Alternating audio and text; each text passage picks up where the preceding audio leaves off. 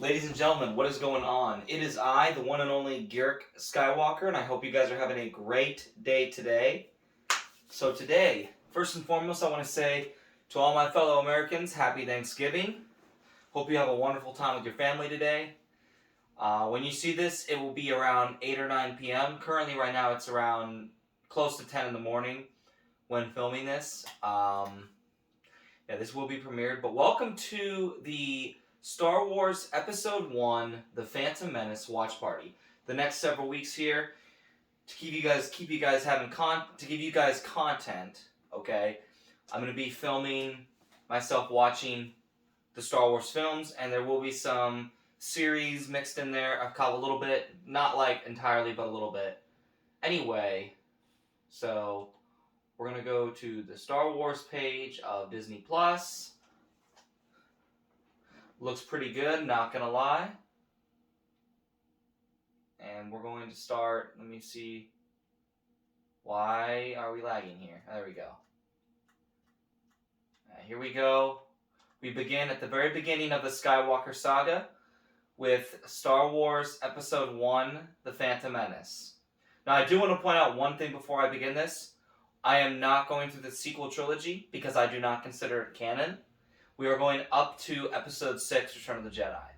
So without further ado, ladies and gentlemen, so we're going to read the synopsis here of Episode 1, The Phantom Menace. Jedi discover Anakin Skywalker, a boy unusually strong in the Force. Movie came out in 1999.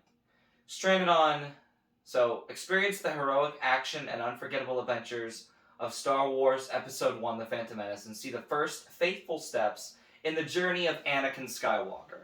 Stranded on the desert planet Tatooine, after rescuing young Queen Amidala from the impending invasion of Naboo, Jedi apprentice Obi-Wan Kenobi and his Jedi Master Qui-Gon Jinn discover 9-year-old Anakin, a young slave unusually strong in the Force. Anakin wins a thrilling pod race, and with it, his freedom, as he leaves his home to be trained as a Jedi. The heroes return to Naboo, where Anakin and the Queen face massive invasion forces, while the two Jedi contend with the deadly foe, Darth Maul. Only then do they realize the invasion is merely the first step in a sinister scheme by the re-emergent forces of darkness known as the Sith. Here we go. The movie has begun, and now periodically throughout this movie going on, I'm going to be coming behind the camera and checking out make sure we're still filming, because again, this is a lot for a phone. This is a lot of time for my phone to be filming. I did test it. It can film for 2 hours. But of course there has to be no other previous videos on there. Luckily, most of those videos have all gone over to my Google Drive, so that's the good news. And yeah, I am going to read the page of dialogue the title crawl, I should say, with each movie. So here we go with that. So Star Wars Episode 1, The Phantom Menace. Turmoil has engulfed the Galactic Republic. The taxation of trade routes to outlying star systems is in dispute. Hoping to resolve the matter with a blockade of deadly battleships, the greedy Trade Federation has stopped all shipping to the small planet of Naboo. While the Congress of the Republic endlessly debates this alarming chain of events, the Supreme Chancellor has secretly dispatched 2 Jedi Knights, the guardians of peace and justice in the galaxy, to settle the conflict. Alright. Just a timeline advisor of where we're at in the timeline. We are in the year 32 BBY. That stands for 32 years before the Battle of Yavin. If you're new to this channel, if you're new to Star Wars, the Battle of Yavin is the timeline. Like we have BC and AD, or BCE and CE here on Earth. In their universe, BBY, Before Battle of Yavin, simply just means before the Battle of Yavin that takes place in Episode 4, A New Hope, when the rebels attack the Empire's ultimate weapon, the Death Star, to blow it up. Because Episode 4 is the original film. Oop, I'm gonna turn I'm gonna turn the subtitles off for the Star Wars movies. I only had it on with the watch parties because sometimes the audio with voice acting for me, maybe I just have bad ears, but like it's not always the best. Maybe that's just me. I don't know. But also, if I don't know what a word is, or if I want to know more about a specific Star Wars terminology, to look it up later, I can always go back to it and take a picture of the word or write the word down, etc., etc.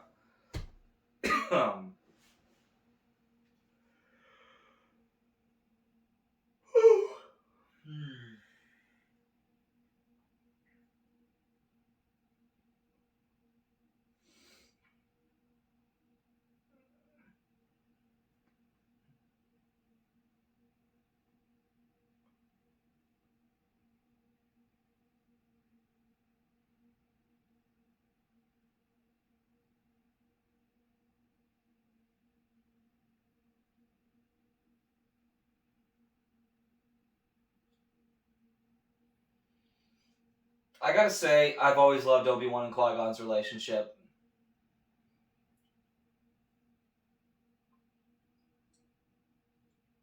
Qui-Gon's always been one of my favorite Jedi.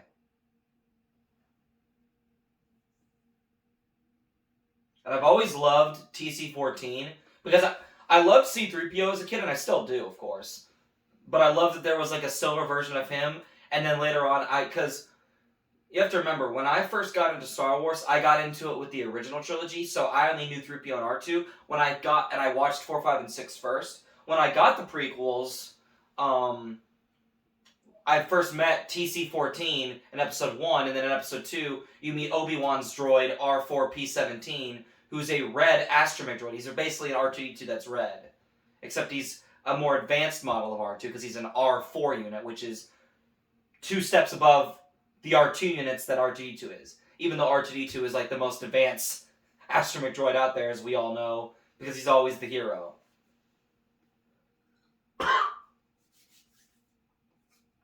Somebody is pissed.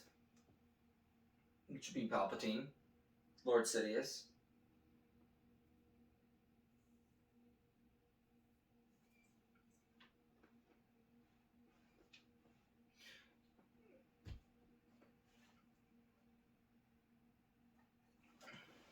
Let me make sure this.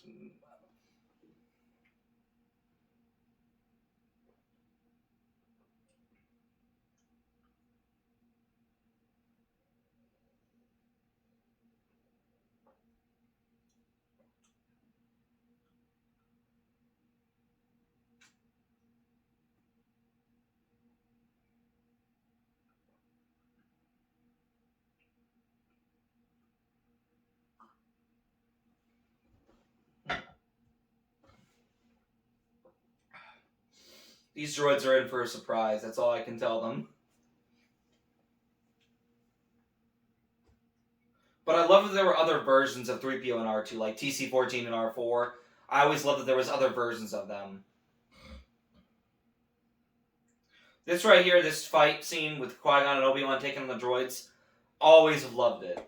It's so great, dude. Honestly.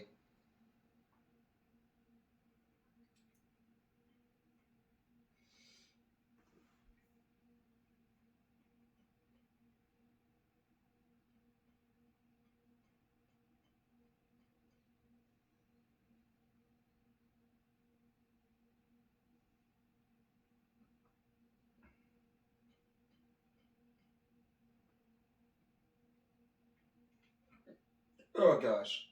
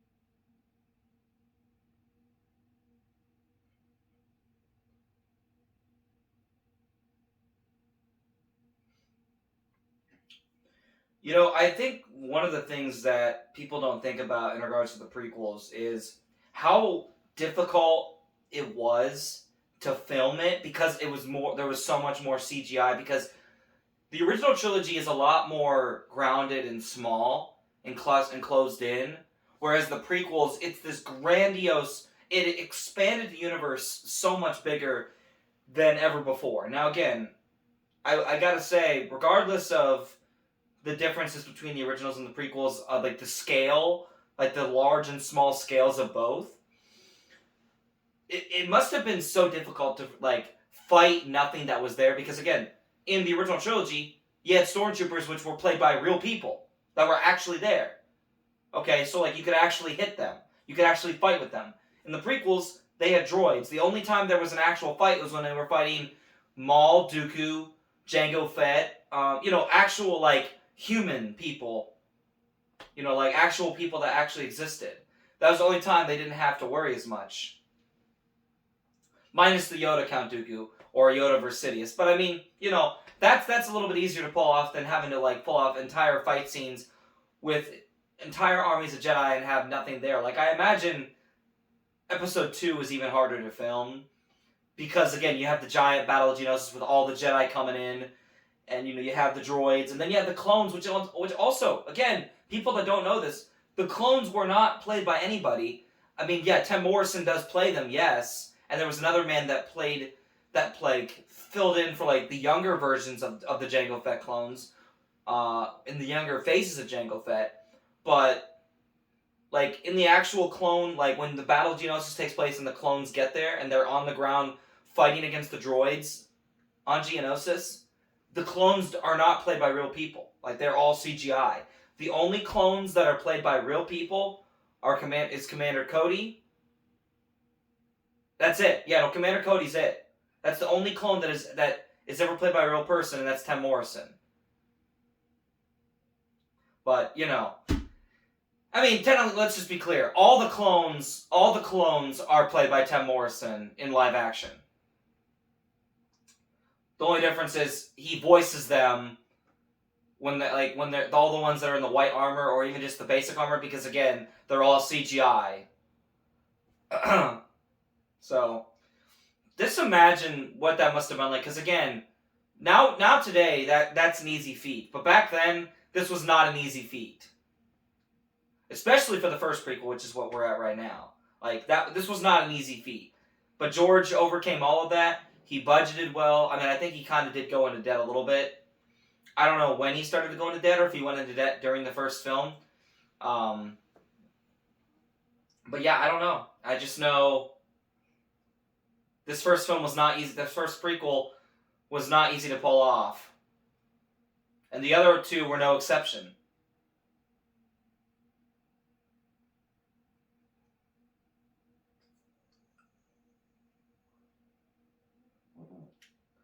And now we meet the character that everyone likes to crap on in this series, Jar Jar Binks.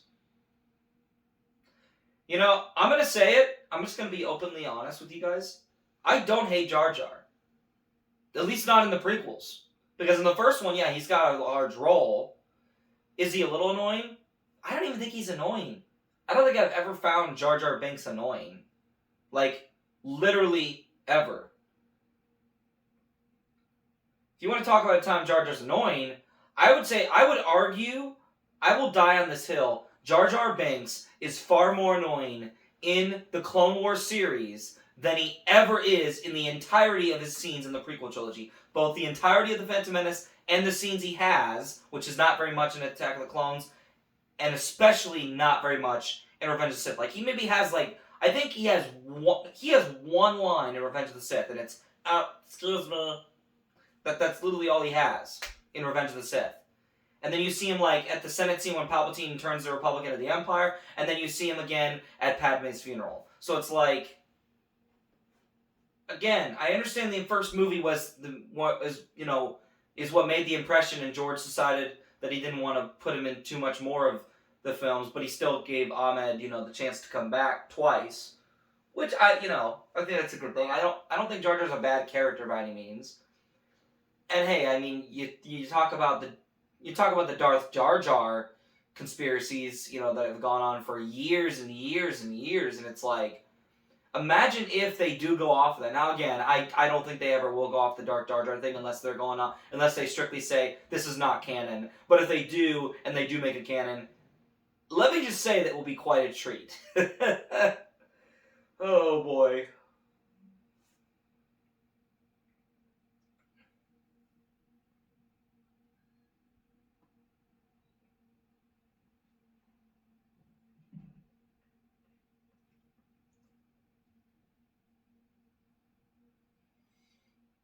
So yeah, Jar Jar never really bothered me.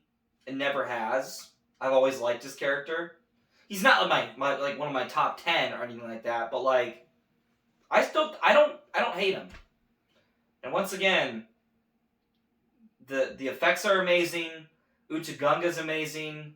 John Williams' score, as always, just so like just spine tingling. Like John Williams is gonna go down in history as like the I think I would dare say John Williams is the Mozart and Beethoven of our time. Like honest to God, he is the Mozart and Beethoven of our time. Name any other famous composer that you know.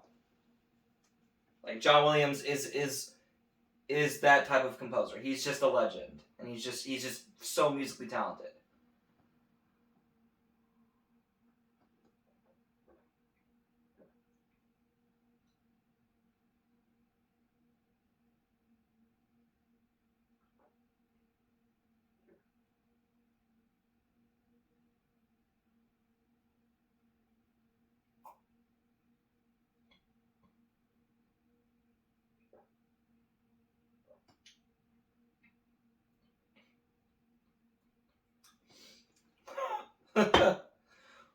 Voice crack.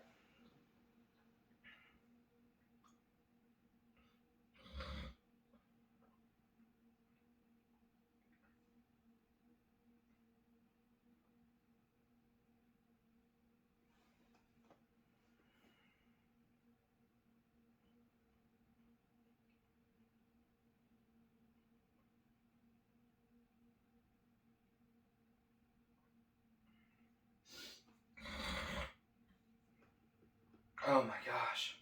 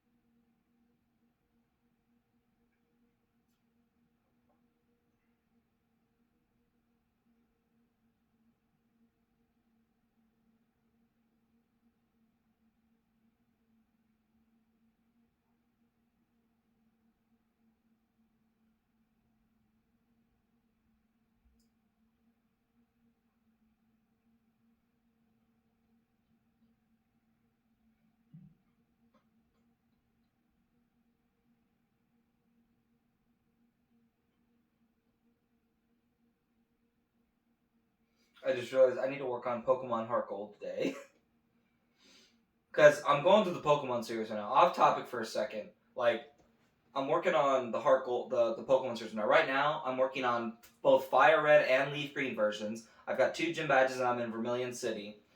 And then Heart Gold I'm also working on right now. Just Heart Gold right now. Once I beat the first campaign, which is the Johto region, and beat the champion, I'm gonna then work on Soul Silver and then get the first campaign for Soul Silver done. Then I'll work on the second campaign of Heart Gold. Then I'll work on the second campaign of Soul Silver. But anyway, I'm heading towards Azalea Town to get my second gym badge. Dealing with all of that. So I just need to play it today because I was gonna do it last night. But I was just so not in the mood to play it. But I gotta take care of it today at some point.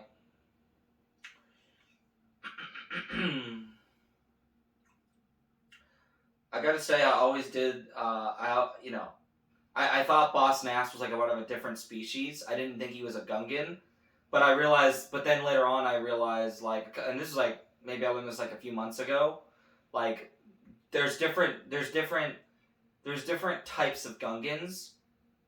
You know, he's part of the green race of Gungans. Jar Jar's part of obviously the regular pale Gungans, and then there's also like other colors of Gungans. Like I think there's like brown, red, yellow, green, and then there's like the color. There's like the tan, or like the, I don't even know what you'd call it, but like, and then there's Jar Jar's kind, which is like a It's more of a pink. Jar Jar's more of like a pinkish type pinkish colored Gungan. Ah, the fish. And then the other fish is like, dinner.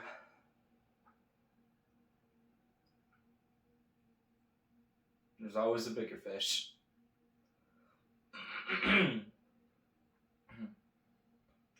I love how that fish has giant muscles.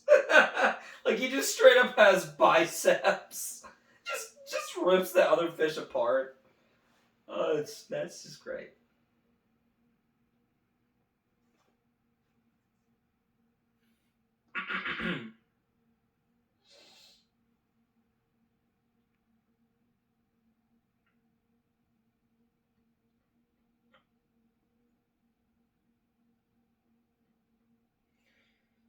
He's such a sinister man, Lord Sidious. He's such a he has such a sinister personality. And I think I saw that the best in Tales of the Jedi did. I mean, I literally just got this, like, and George even said it once, like, Palpatine represents the devil. He represents the true evil in the galaxy. Like, and it's like, Palpatine is Satan. Like, there's no other way to describe it. Palpatine is Satan. Like, when Count Dooku fights Yaddle in Tales of the Jedi, Palpatine smiles in the background. Like, that to me, Satan delights, as a Christian, Satan delights in evil. Satan delights in misery. Satan delights in the sins of others. Satan smiles at that.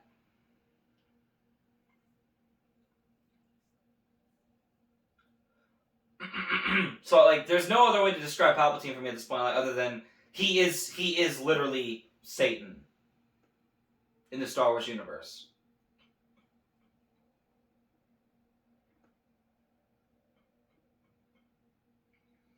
That fish is back for another feast.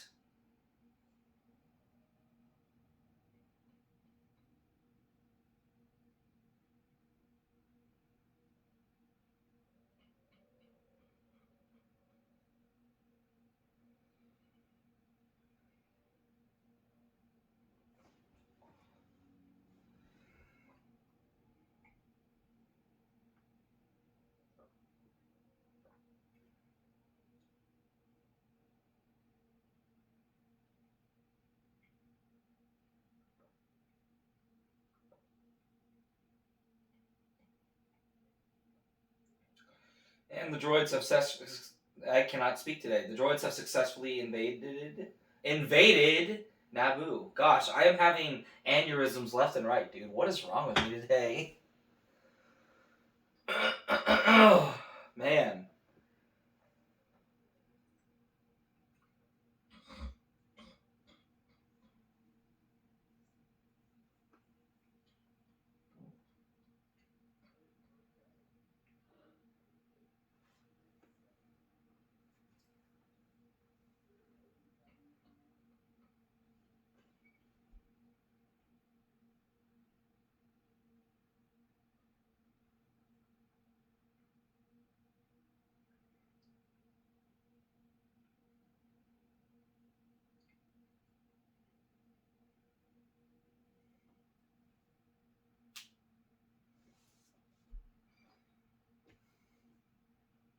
You know, another fun thing I did not know until I saw the Unusual Suspects review of The Phantom Menace is that Keira Knightley, who plays Elizabeth Swann in the Pirates of the Caribbean series, played the decoy for Queen Amidala in The Phantom Menace. Like, her and Natalie Portman played, the Queen. Obviously, Keira was the decoy for the Queen, but Padme, of course, Padme, obviously is the Queen. And I never knew that Keira Knightley was the Queen decoy. And I just always, I always thought that was kind of cool when I learned that Keira Knightley was in both Pirates of the Caribbean and Star Wars. I thought that was pretty cool.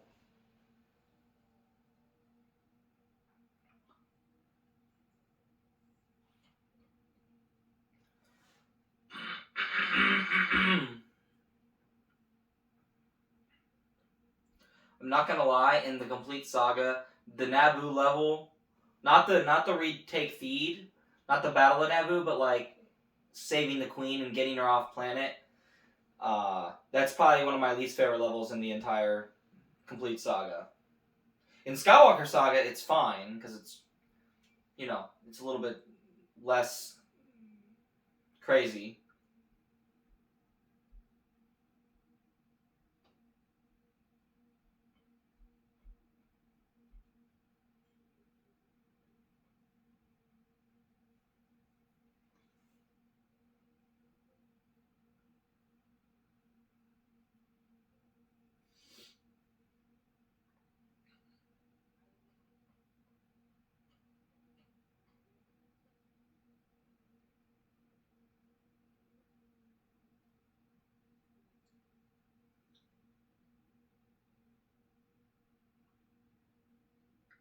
I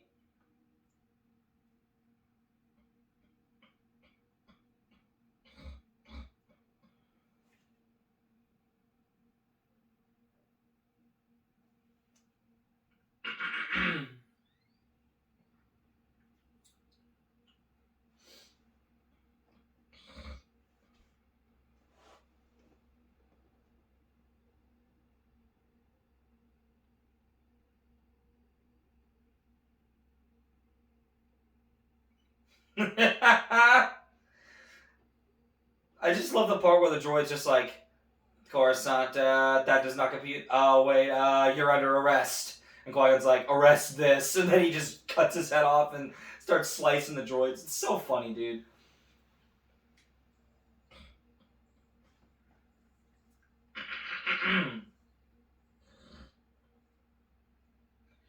There's just a droid walk. This droid is now just legs, and it's just walking around because it has no body left.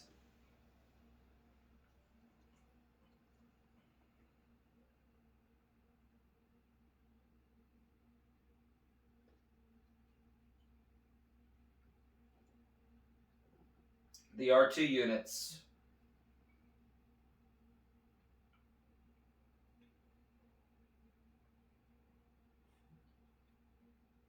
The R2 units, and an R5 unit at that as well. So there's mainly R2 units, and then there's an R, and then and that leader droid, the yellow droid, that has like the bigger head. That's an R5 unit, and of course you have our boy R2D2.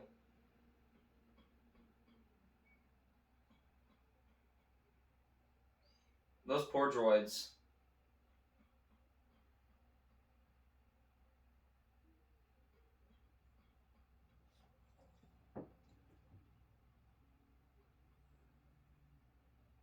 I gotta say the Force is definitely with R2 in this scene because otherwise I'm pretty sure he would have gotten blasted.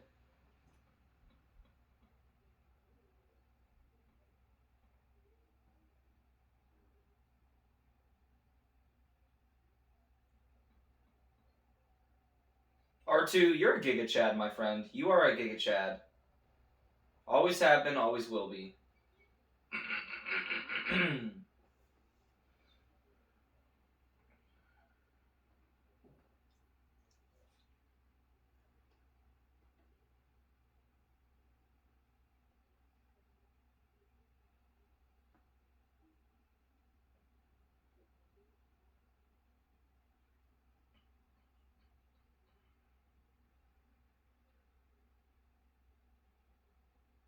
Nice.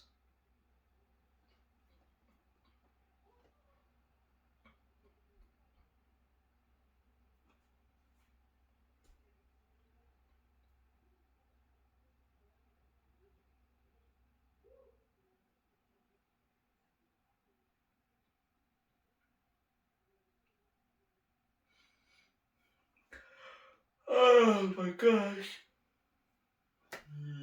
Darth Maul. The Phantom Menace.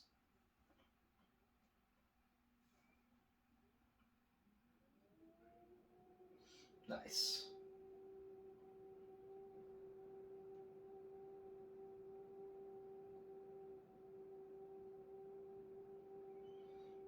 Ah, yes.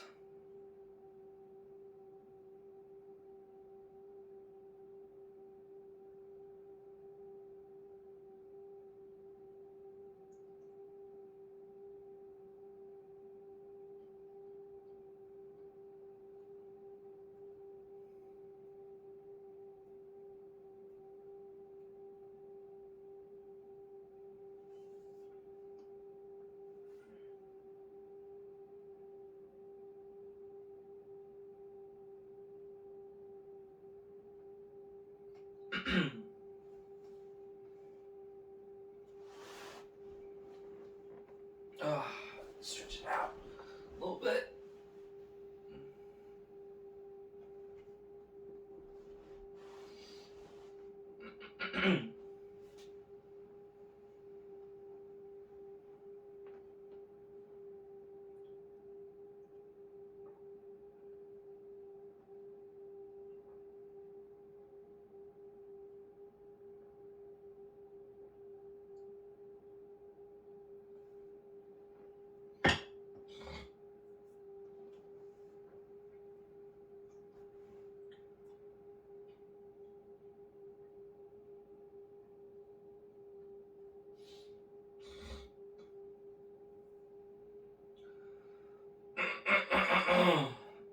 Tatooine.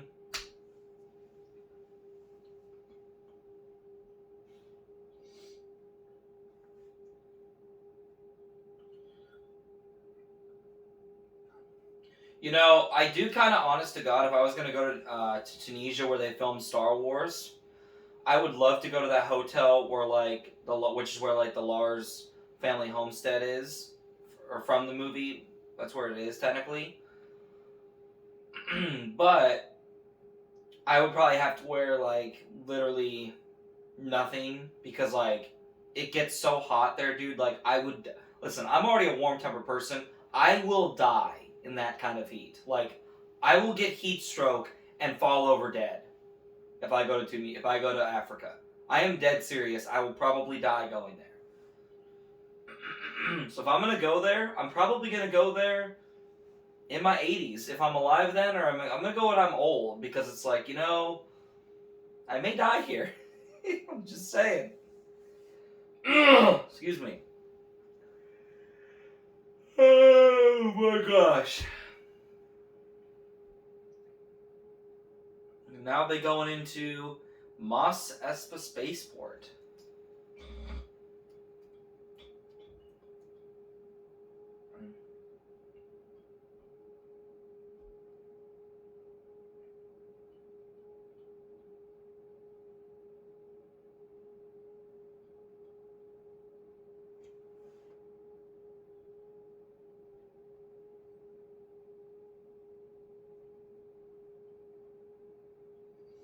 Oh, I love that there's just another TC-14 droid walking around.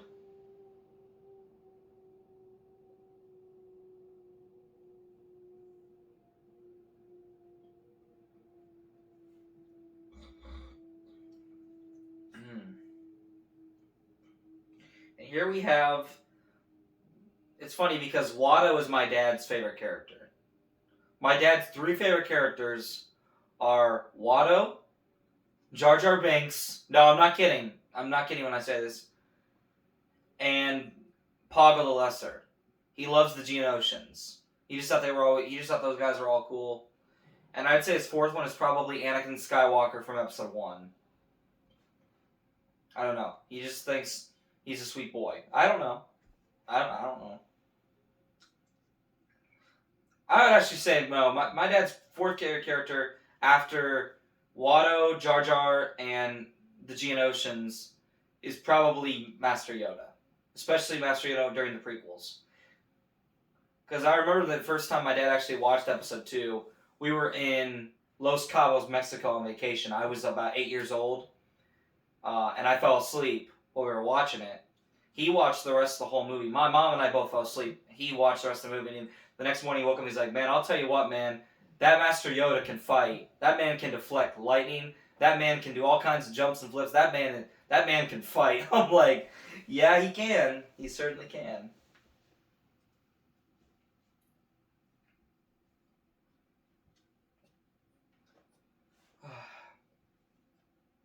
Poor Jake Lloyd. And oh goodness, excuse me. Jake Lloyd got the shaft, man, and not. And again, I will say this, time and time again. I don't think Jake Lloyd is the best actor, but I think for what I don't. But again, I don't. But here's the thing: he's a child actor. He's 8 years old. What do you expect? What do you expect this kid to do? Do you expect him to give you a freaking Martin Scorsese film, acting ability? No, he's 8. The kid was 9 or 10 years old when he did this role, and he was in the comeback to one of the most popular movie franchises of all time. Okay, like he was continuing the story of one of the most popular stories of the 20th century at the time. Okay, so again, a lot was on his shoulders, and I don't think that George helped him as much with the dialogue, but I think Jake Lloyd does fine as Anakin Skywalker. Like, I don't have a problem with him. I don't have a problem with him, and when we get to the second and third prequel, I don't have a problem with Hayden Christensen as Anakin either. And I'm going to go into why that is too. And it's not just because of Star Wars theories view on it or what he's talked about, though I do agree with him, but I'm going to go into detail about that later when we get to those prequels, which will be, episode 2 will be tomorrow.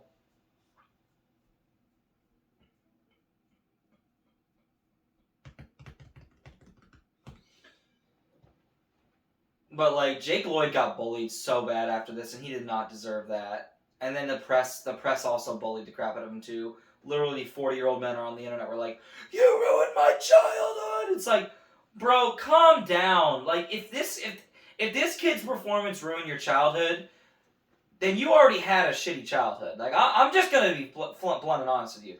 If this kid's performance ruined Star Wars for you and ruined your childhood, then you probably had a very shitty childhood. And that, I'm just gonna be blowing up, like, just full on honest with you. Or you're just too soft, and that's the problem. Like, if you think that ruined your childhood, well, wait till this Disney sequel trilogy came out, like 16 years later. Especially when The Last Jedi came out. Oh, we don't need to talk about that. And again, the acting in that is fine. Like, I don't think the actors in that are bad either. But that literally, like, that may have ruined my childhood just a little bit. But I don't think my childhood has ever been really truly ruined by anything. I had a really great childhood, honestly. Like, I, honest to God, cannot complain about my childhood. I had a phenomenal childhood. My parents gave me a great childhood. My friends and my family all gave me a great childhood. God gave me a great childhood. I honest to God, I can't complain. I had a phenomenal childhood. But I know some people did have rough childhoods. And, if you've overcome that a lot and now you have a better life, I'm glad you're here. I love you. God bless you. And I'm glad you made it through, man. And I'm sorry that you had to go through that. But that was rough. That must have been difficult. And I mean that 100% full sympathy towards anyone that had a really rough childhood. But really, a kid ruining your childhood by his performance that you didn't like, get the frick out of here. Like, I'm sorry. Like, if that's your opinion, like, you don't like his performance, okay, fair enough. But if you go a step farther and start, like, giving him death threats online, with dial-up internet, it's like, bro, get over yourself. I also love that the guy with the yellow stripe over his nose later on became, of course, the Jedi Knight Quinlan Voss. It's only appeared in canon a couple times. Like, in regards to, like, the shows and the movies, we only see him once in the movies, which is The Phantom Menace. And then we see him one episode of The Clone Wars. We see him in the comics, both the old expanded universe and the new canon. And we hear of him surviving Order 66 in the Obi-Wan Kenobi Disney Plus series. Which we'll get to that when we get to Obi-Wan Kenobi later in the next week.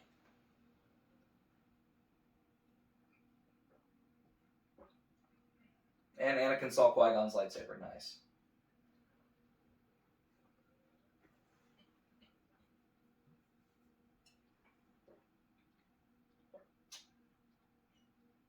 Anakin, you're a saint, man.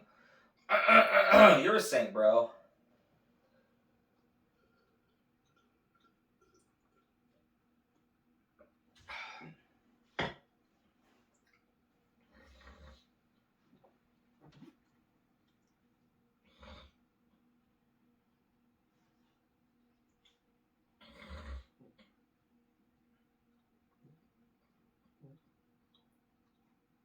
Oh, my moral. And now R2. Love this scene too.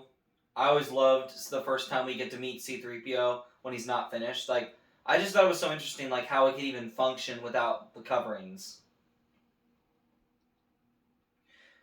Because I played Complete Saga first. That was the Complete Saga video game was my introduction to the prequels.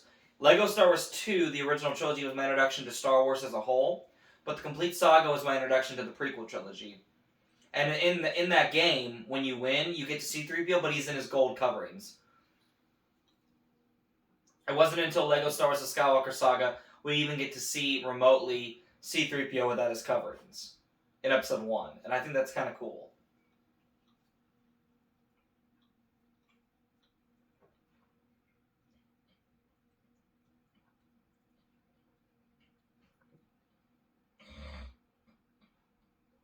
You got no parts, my friend.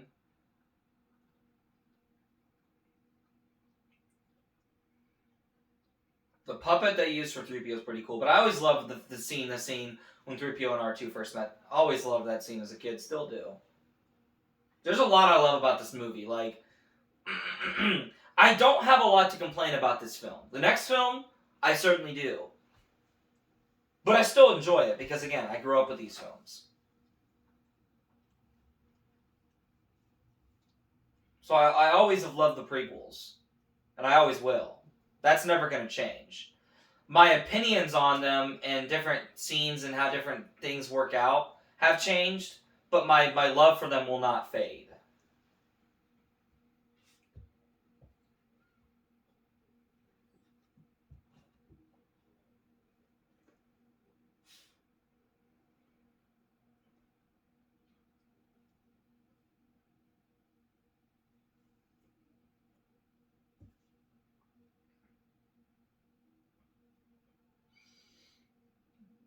That dialogue between Palpatine and Maul is just so sinister, dude.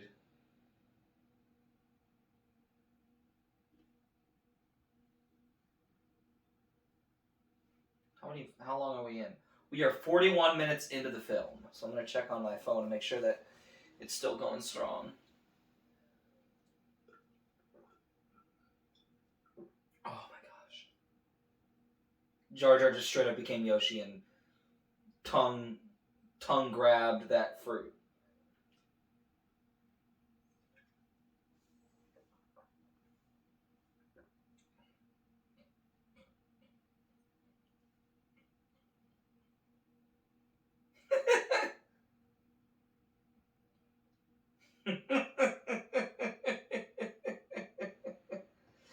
Just grabbed his tongue. Don't do that again.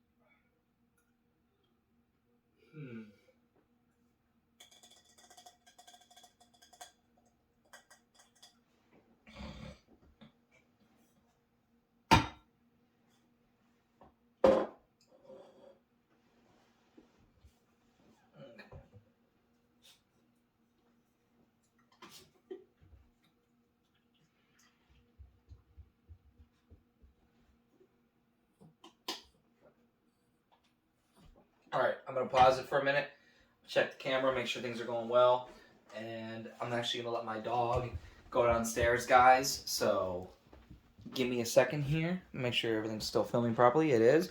Alright, I'm going to pause it. I will be right back.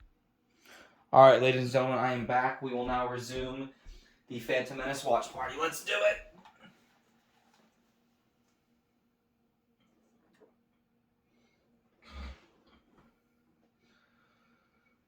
Oh my gosh.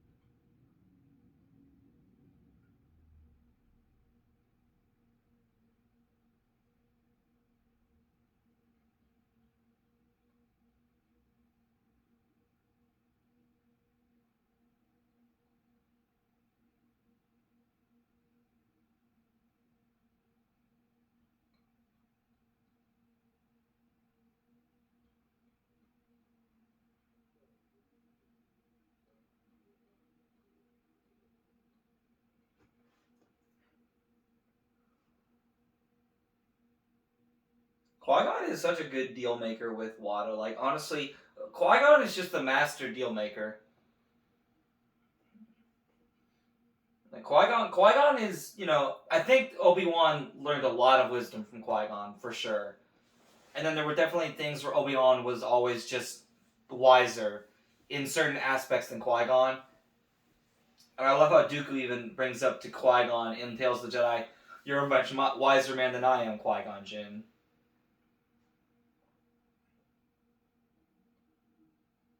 It shows that Dooku, Qui-Gon, and Obi-Wan all had teachable hearts. Even as masters, they all had teachable hearts.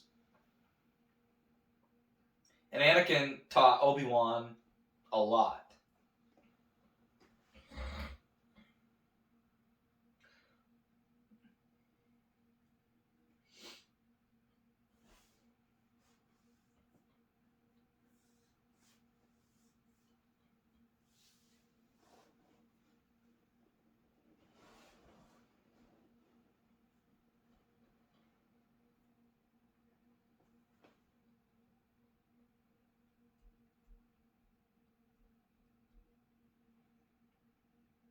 No father.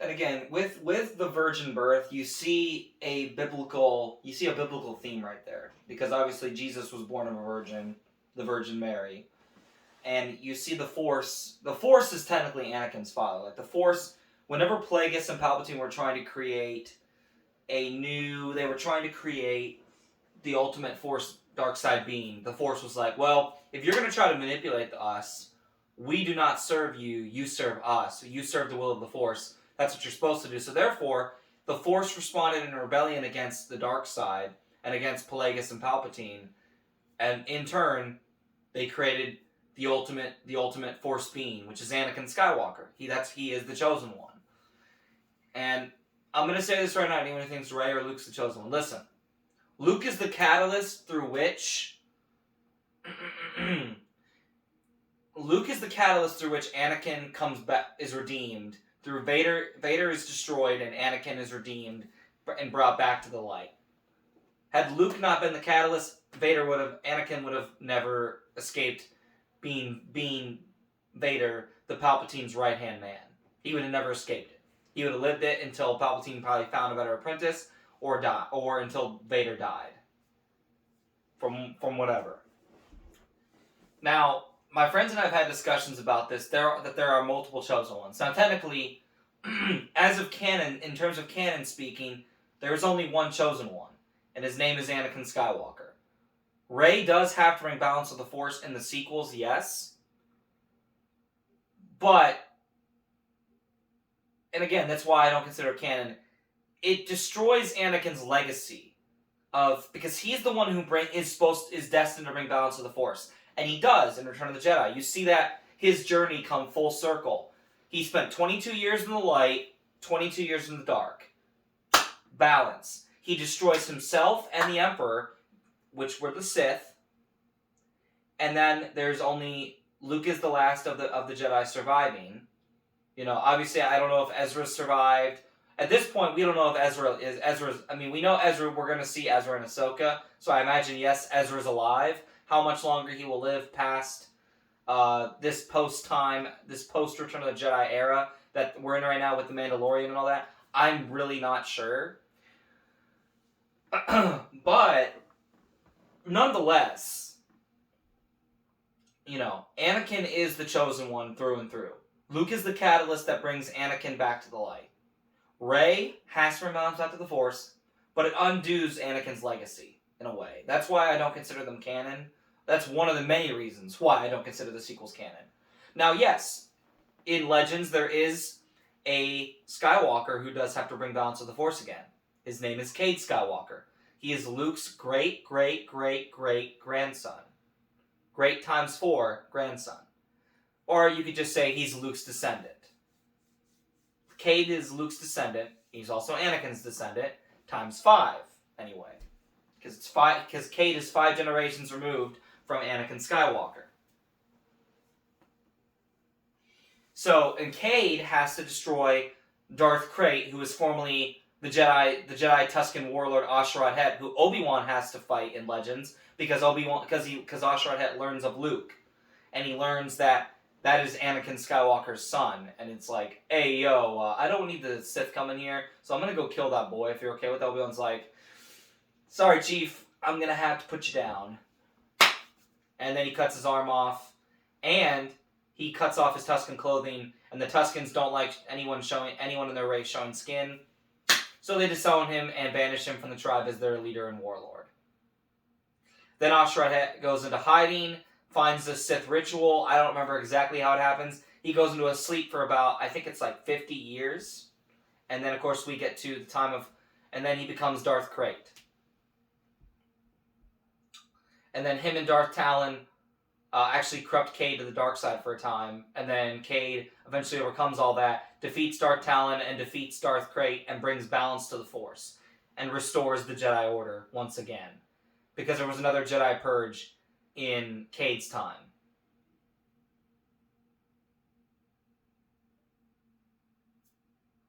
But of course, Disney wants to say that's not canon, which is fine, they can. To me, that is canon. That is my sequel era, if you will, in a way. And for those that don't know, I've talked about what my headcanon sequel trilogy is.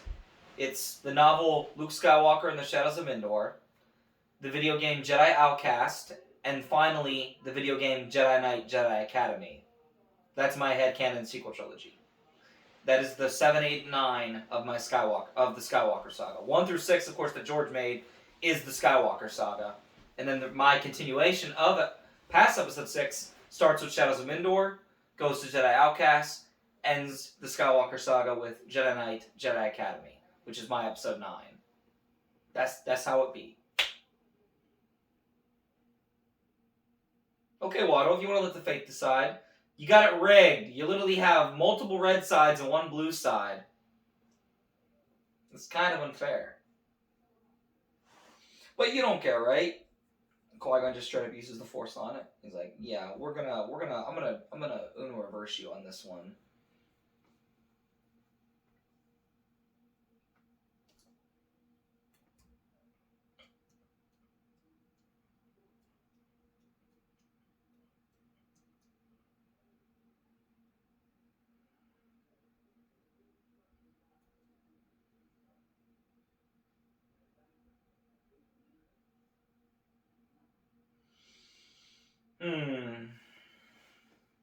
Gotta love Watto.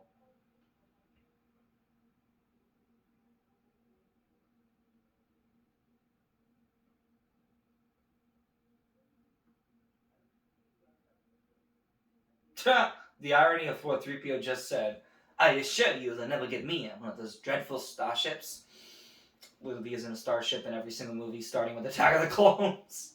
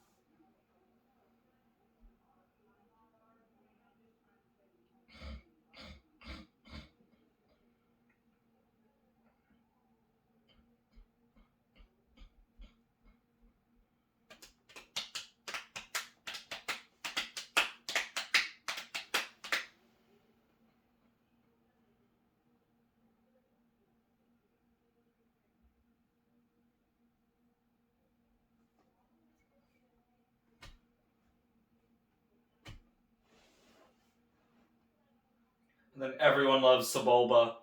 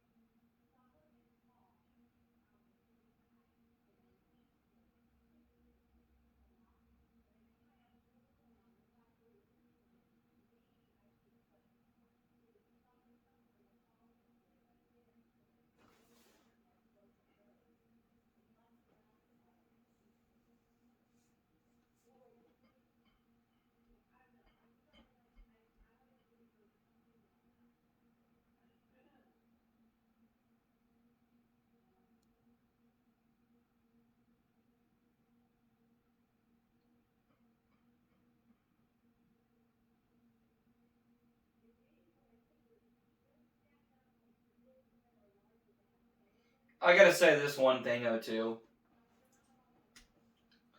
The Opie that just ripped anus. I'm gonna be honest. I do not think fart jokes in Star Wars are really that funny. Like, ever. I'm not really. Here's the thing. I'm not really like. Do I think some fart jokes are funny? For sure, I do. There are definitely some funny fart jokes. the fart jokes in Star Wars, they're not really that funny, in my opinion. But I think that's like the I think that's like the only fart joke in the actual movies. In the Lego video games, obviously, like in Lego Star Wars 2 and even Complete Saga, when you do the Jabba the Hutt bounty hunter missions, you go in there, Jabba the Hutt burps and just rips anus. He just rips cheeks.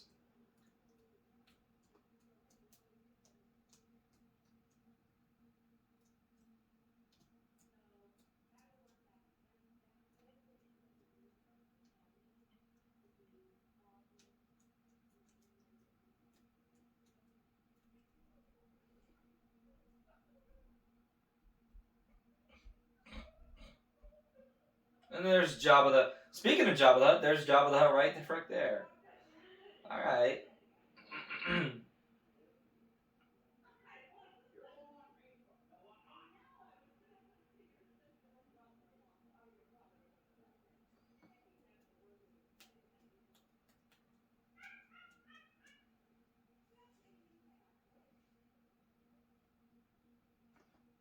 Alright, the race is about to begin, folks. There we go, that's better.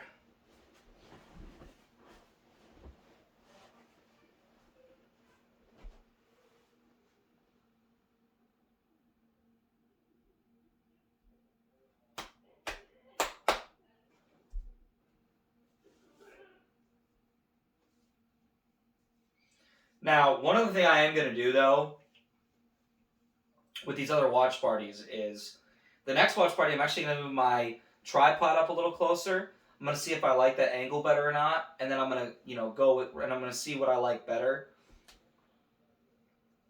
And then whichever I like better, whether I like the tripod being where it is right now, or if it's closer, I will determine that and that will be the whatever I like better, that will be the template for the rest of these watch parties and every watch party going forward. Not just the Star Wars ones, not just these movie ones, but also Bad Batch, Marvel shows, etc.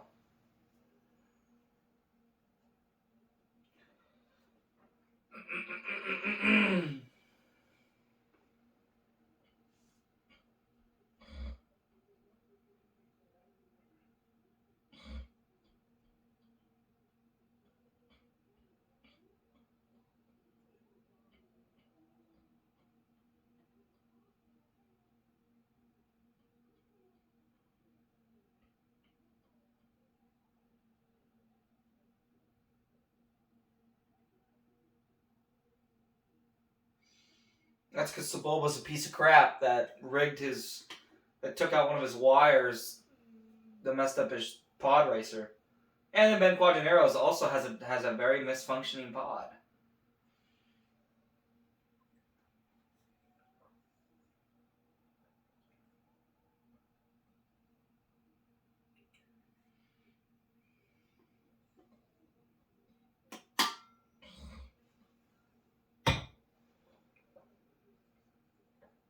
Nice.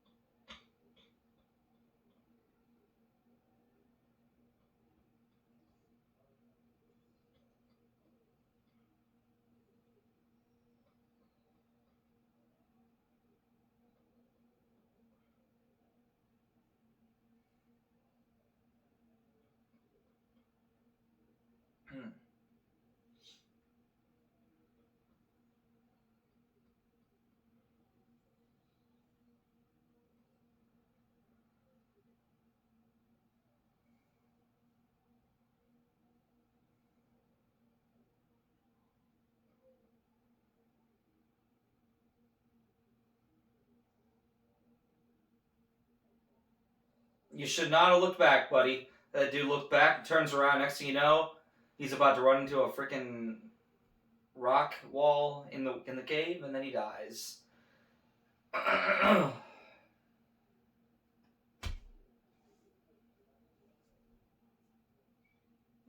Tuskens. It's a foreshadowing. At least I'd like to think of episode 2 Tuskens as a foreshadowing when you see them in episode 1.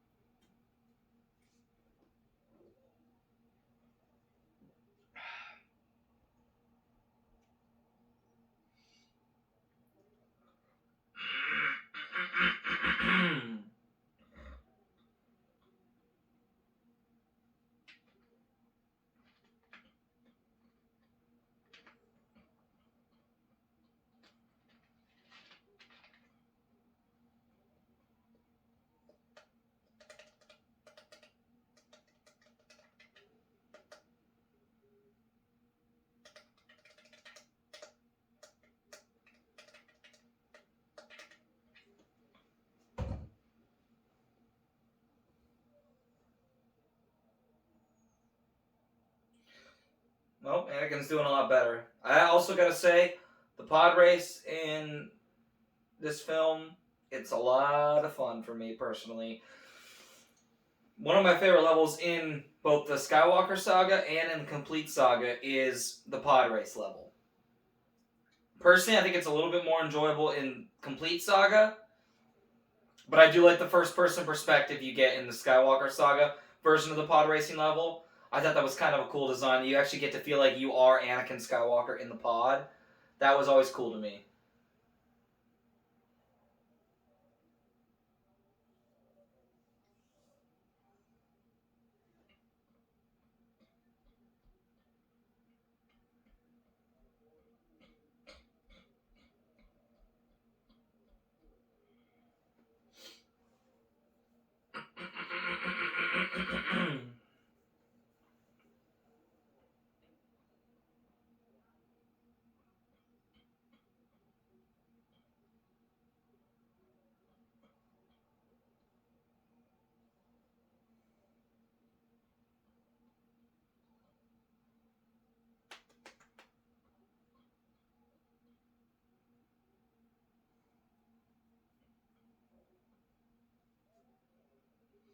Anakin is doing the.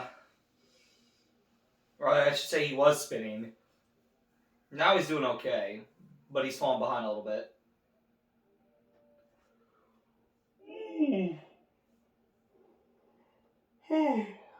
I don't know what it is, but like sometimes like these last few months, I've had like voice issues. I don't really know what it is, but it might just be because it's still morning, but I don't know. I don't really know if it actually has a big impact, if that's like an actual impact factor or not.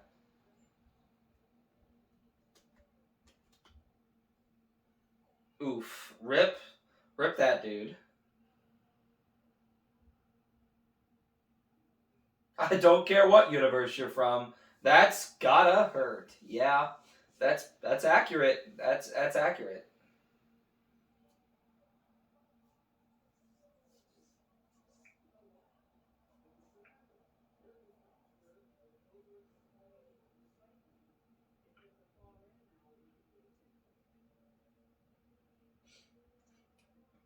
No, it's Anakin versus his OG rival Sebulba. Oh, hold on a sec. I'm coming. Hold on a sec. All right, I apologize for the interruption, guys. My parents needed me for something urgent. I took care of it. So, back to the movie.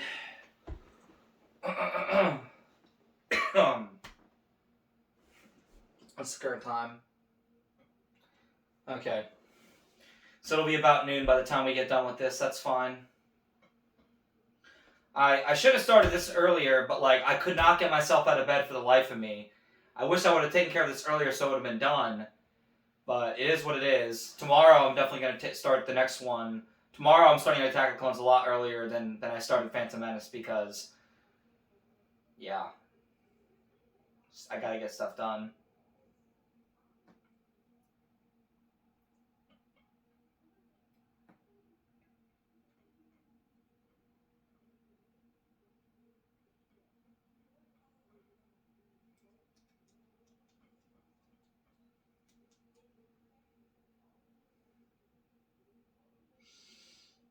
I got the camera rolling, right?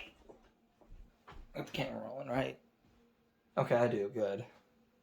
I'm just hoping it makes it. Now that we're in the hour, it's been an hour long range. I'm gonna be watching it, especially when we get closer to 2 hours.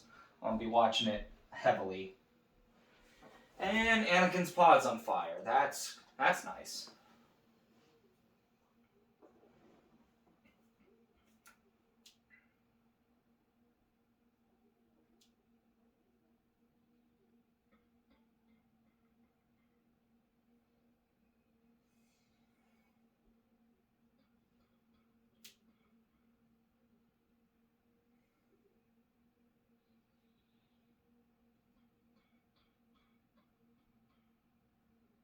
Yeah, I figured something like that was gonna happen this morning with my parents, yelling for me, and it's like, bruh, I should have taken care of this I should have taken care of this earlier this morning.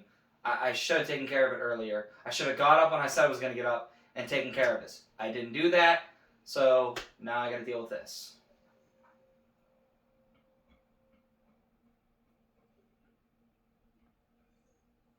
And then right after I finish this up, I got to go downstairs and work out for at least 20 minutes so that way I get some exercise in a day. And then I got to help my parents for like an hour or so with some stuff, just preparing for winter decorations and other stuff like that. So, and then we have Thanksgiving today.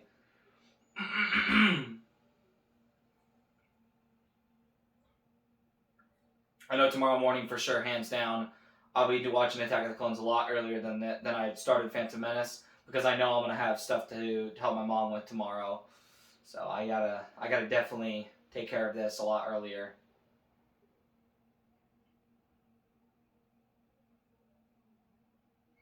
And then for Saturday with the Clone Wars stuff, I mean, I'm gonna probably be up pretty early for that. Not gonna lie, I'm gonna be up super early for those watch parties because I have a couple watch parties to do on Saturday because I have the first 2 episodes of I have 2 episodes of Clone Wars, then I have the Clone Wars movie, and then that will be that watch party. That one will get uploaded. That one's just getting uploaded. I'm not premiering that because it's already going to be a lot of content to upload.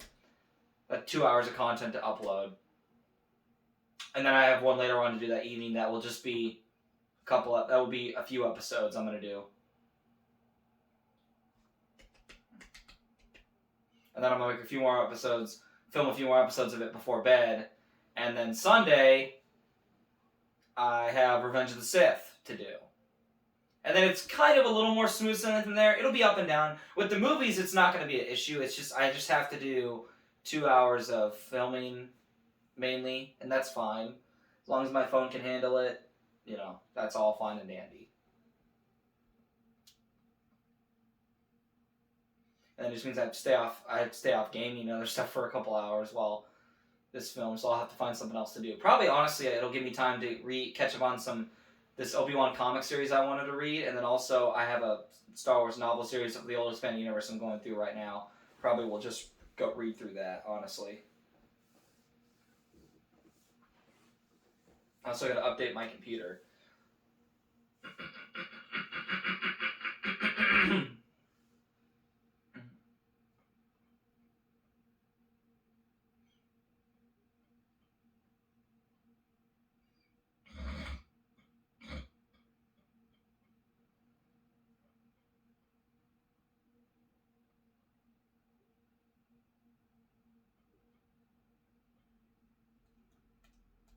Oof. Qui-Gon pulls out, let's discuss this with the Hutts with Watto, and Watto's like, no, I'm good. Take him.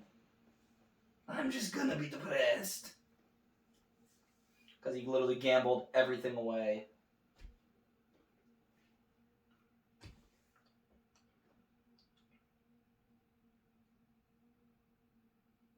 I want to do something right now, but I gotta get this watch party done. And not trying to rush it, because I'm having fun. I hope you guys enjoy this when you guys watch this watch episode 1 along with me and watch the watch party. I hope you guys do enjoy it legitimately. That's always my goal. I'm gonna keep checking. Make sure the camera's still rolling. Making sure there's no other interruptions right now. Okay, good. It's still going. That's good. Oh, yeah.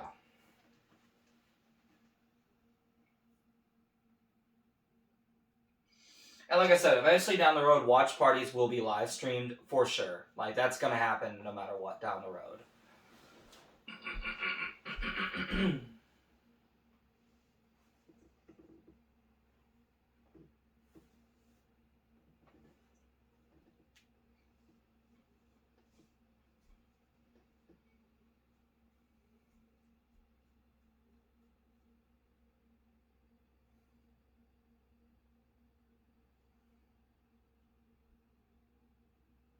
Does this sort of work with the DP when I'm on Disney Plus? Yep, it does.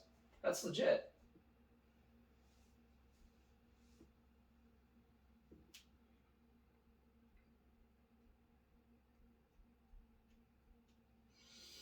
And with that, Anakin's journey has begun. Oh, but his mom can't go. Rip.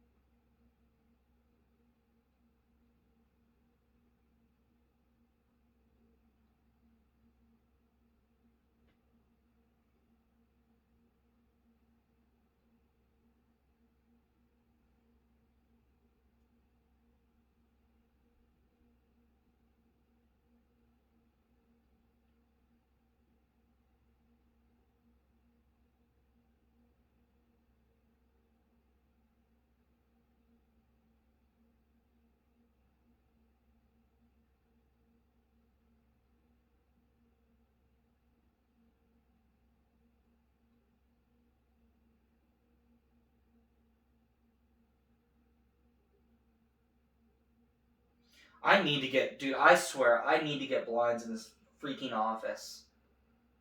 Like, not these types of blinds, but like drapes or whatever I can't remember what they're called, but like, just so I can block out the sun, because it's just so annoying sometimes when it seeps through the blinds.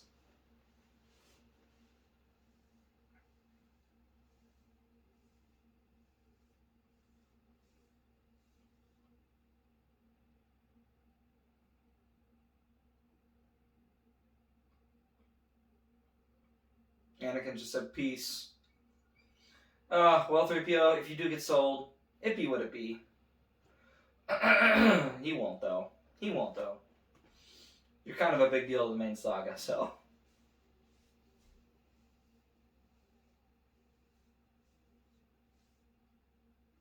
The 3 films before this one suggest otherwise.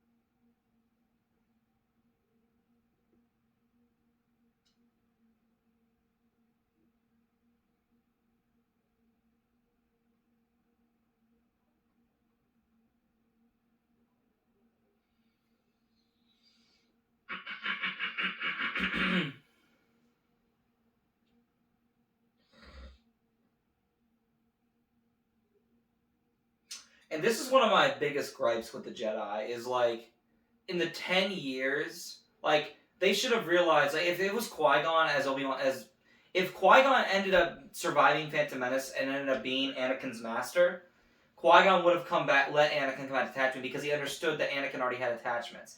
And he understood that he would need to still have those, and there was nothing wrong with loving and being compassionate. It's just, you have to accept and let go when someone dies. You have to accept it and let it go. But I think Qui-Gon would have understood Anakin better than any. Qui-Gon did understand Anakin better than anyone else. Obi-Wan is the brother Anakin gets, but he's not the father that Anakin needed. Qui-Gon is the father that Anakin needed, but he doesn't get him because of what happens. And it's all because of Darth Maul and the plan of the Sith by Palpatine. And the Duel of the Fates that we will see a little bit later on in this film.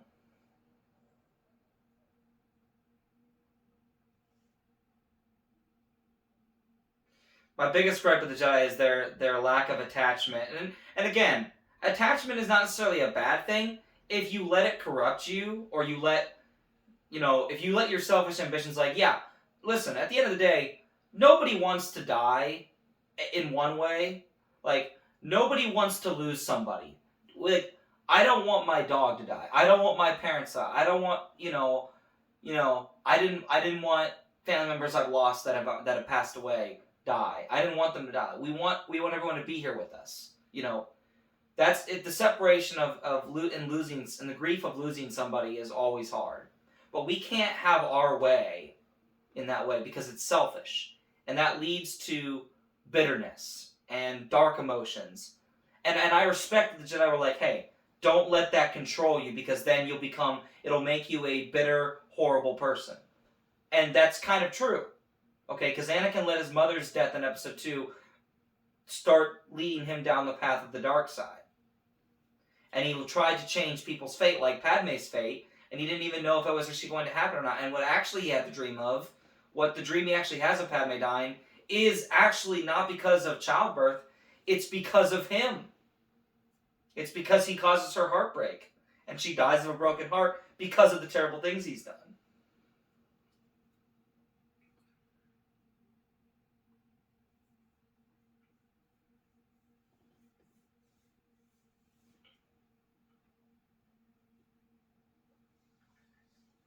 The Jedi being so political, though, like, honest to God, I like the Jedi. I've always liked the Jedi, but, like, as an adult, I have serious gripes with them. Like, I'm not saying the Sith are great. The Sith are cool, but they're very selfish and they're all about themselves. And that's always the truth. But the Jedi are certainly far from perfect.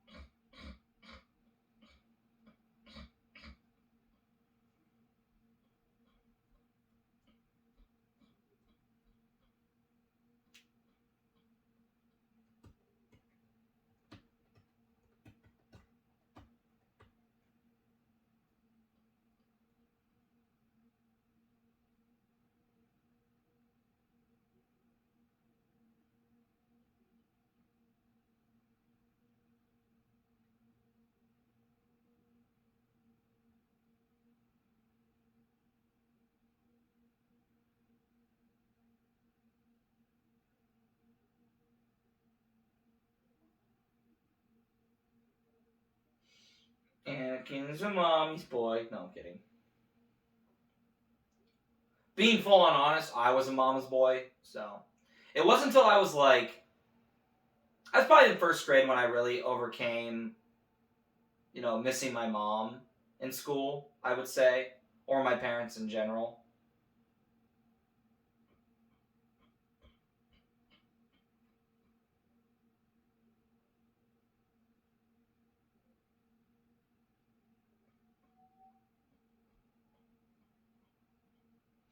Senator Palpatine himself, along with Chancellor Valorum.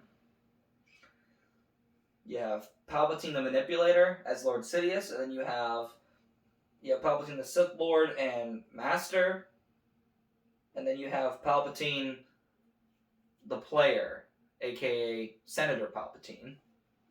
He plays with everybody.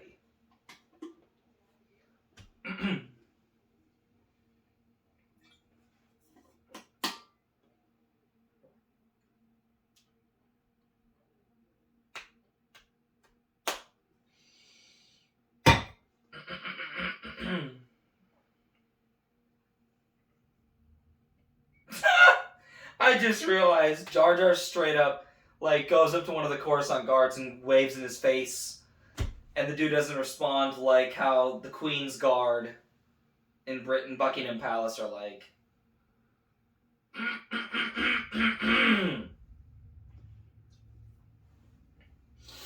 Oh my word.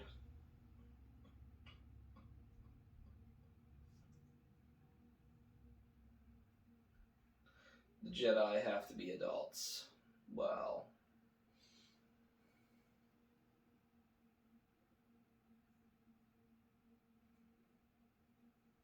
And I gotta say, Coruscant, even after like 23 years, 24 years after this film's was filmed and then eventually released, which again, this film is 23 years old, which is crazy to say the least.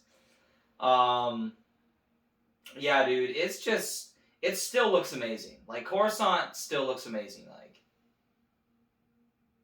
it doesn't look dated, it doesn't look bad. It looks just absolutely amazing.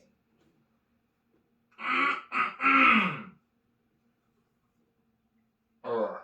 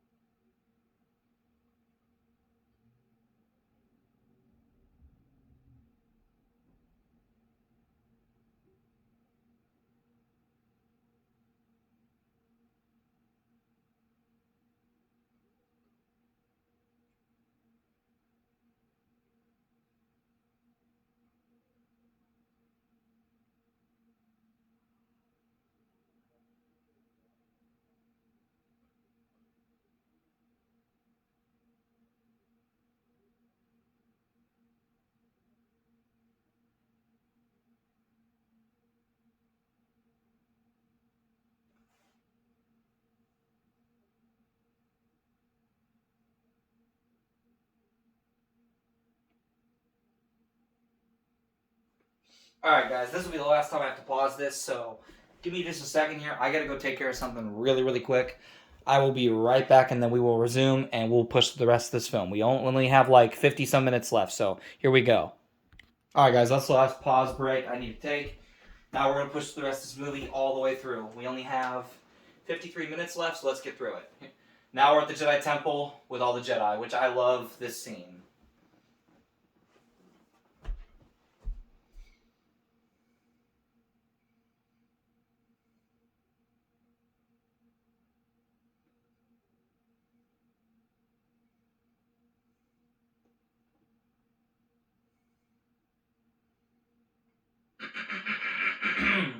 Originally, Yoda was a CG puppet in The Phantom Menace, and I'm glad that they eventually made him the full CGI that we see him as in the other two prequels. I just think he looks better as a CGI in Phantom Menace versus the puppet, because the puppet just didn't look right. In 5 and 6, he looks as a puppet. He looks fine, but in Episode 1 puppet, they didn't make him look nearly as they should have. They should have made him look more like the puppet he is in 5 and 6 for Episode 1. Then they could have kept him a puppet and then made him obviously CG for 2 and 3, and that's fine.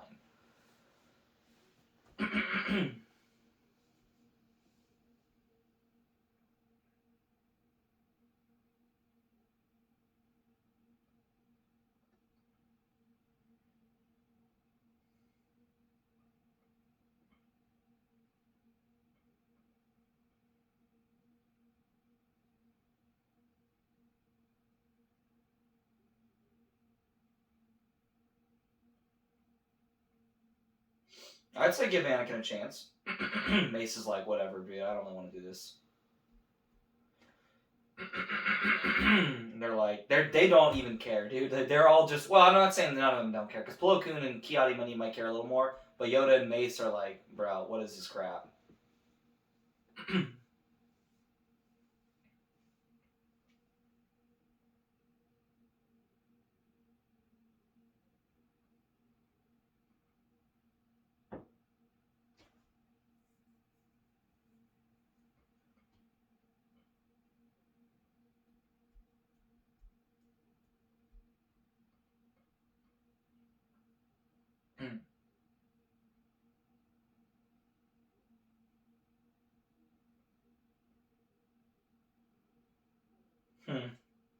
Little as you know that Padme is who Anakin was saying goodbye to, because she was in her queen's garb, having to play her part as the queen of Naboo.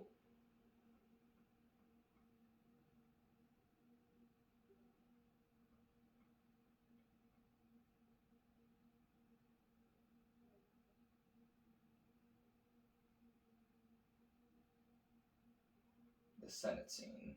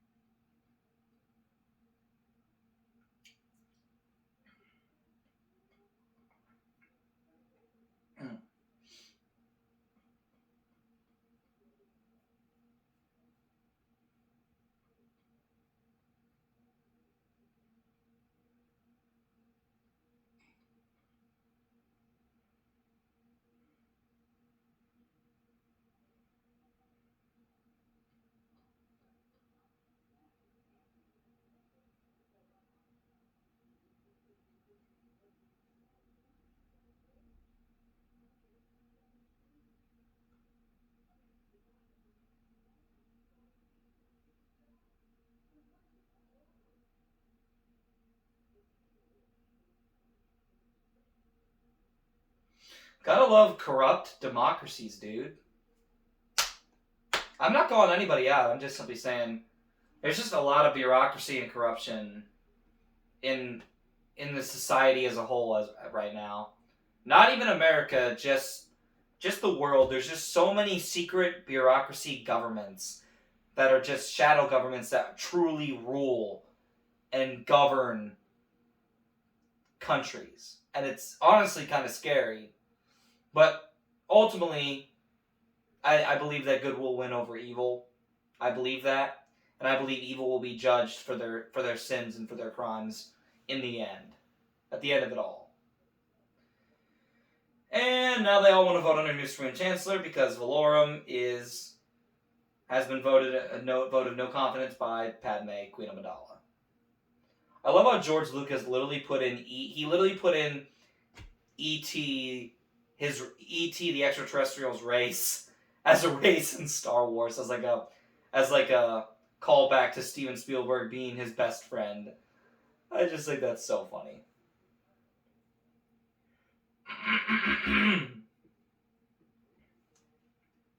Qui-Gon did not like the council either. Because the reason why he wasn't on the council is because he wouldn't have had time to train Obi-Wan, and he wanted to train his apprentice.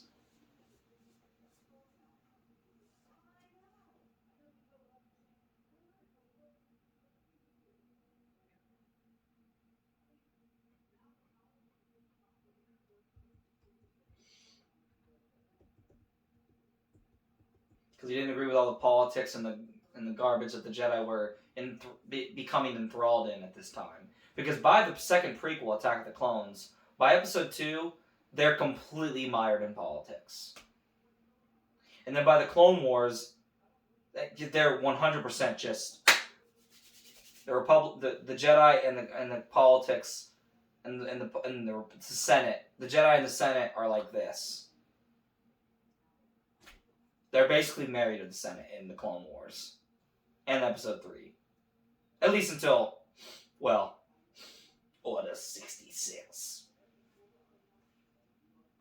Hate leads to suffering.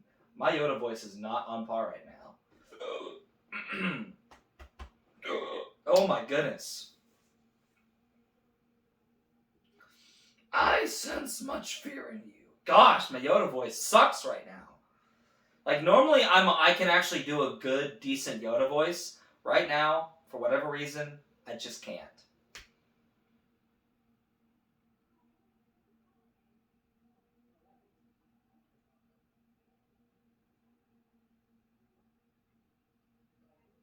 But yeah, Yoda just told Anakin that fear is the path to the dark side. Fear leads to anger. Anger leads to hate. Hate leads to suffering.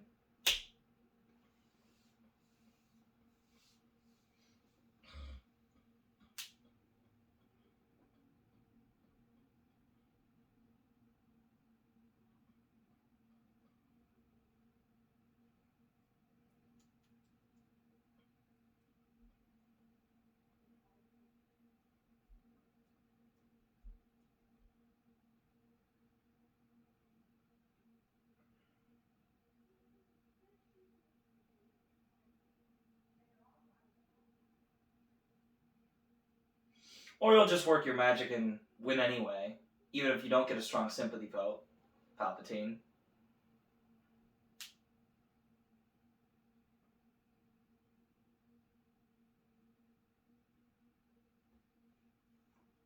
Oh.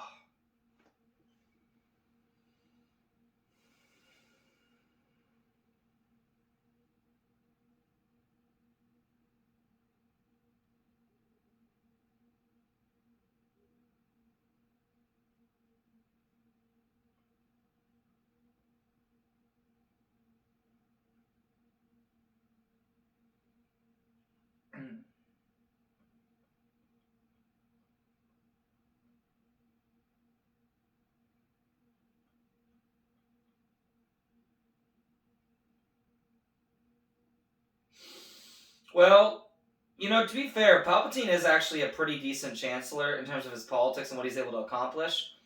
But he does not bring back sanity and compassion back to the Senate.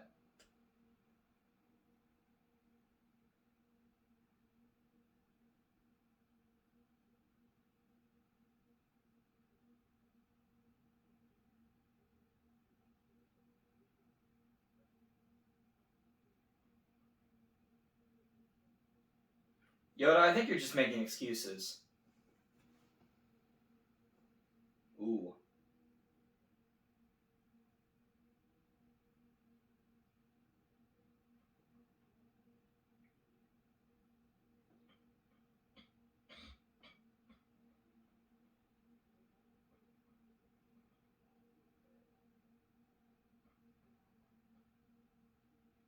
Get the heck out of here, dude.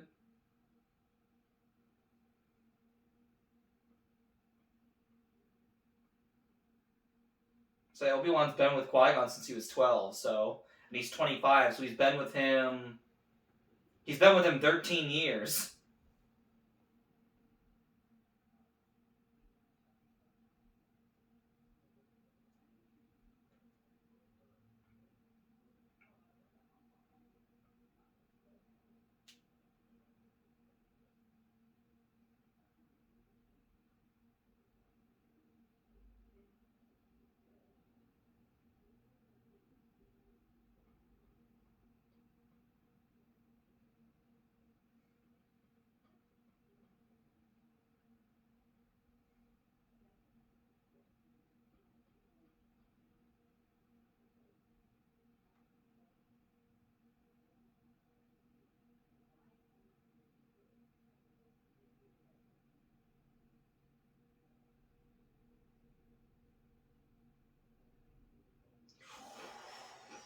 That's a burn, Obi-Wan. That's a burn.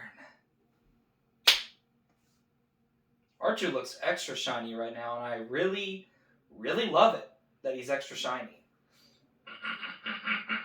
I love when the droids are all extra cleaned up and shiny. I've always loved when they're extra shiny.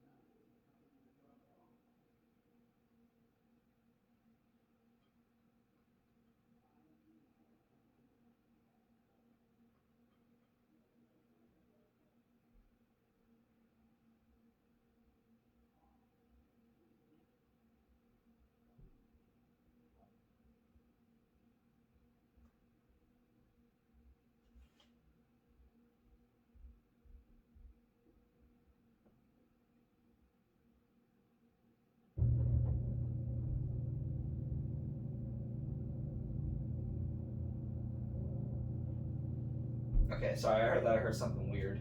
I don't know what I thought I was hearing.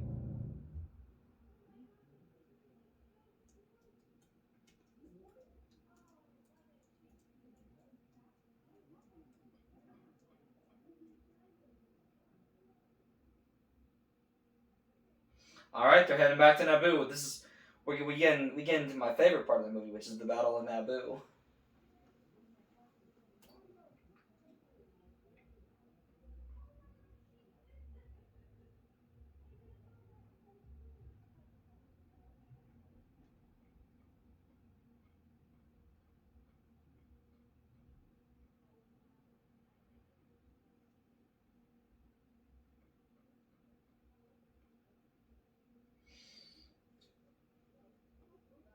All right, so they're just talking, and then Queen Amidala's like, "Hey, we need an army, Jar Jar. I need you to get your army for me."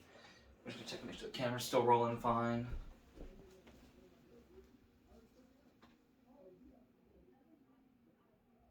Okay, good, it is.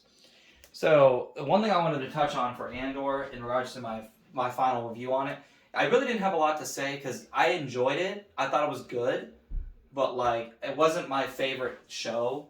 And it's kind of sad that Obi-Wan Kenobi and Book of Boba Fett were not the same quality production value or story production value as Andor, because they should have been better. And I hope that there ever is a season 2 of either of those shows, Book of Boba and Obi-Wan. They have to do better, or I'm not going to continue watching Disney Plus Star Wars shows. Like, I'm sorry, like you have to do better with these legacy characters, Disney. You cannot just crap all over them. But anyway, I just wanted to touch on that real quick. I think I would say Andor is probably 7.5 out of 10 for me personally. Story was probably 9 out of 10. Would watch again.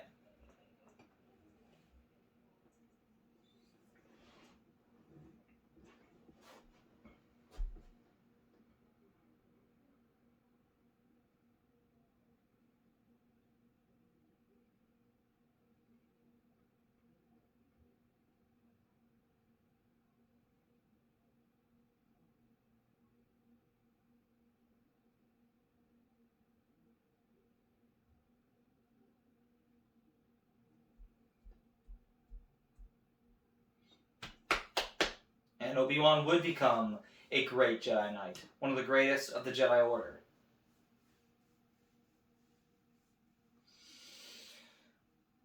Alright, Jar Jar, give us the scoop!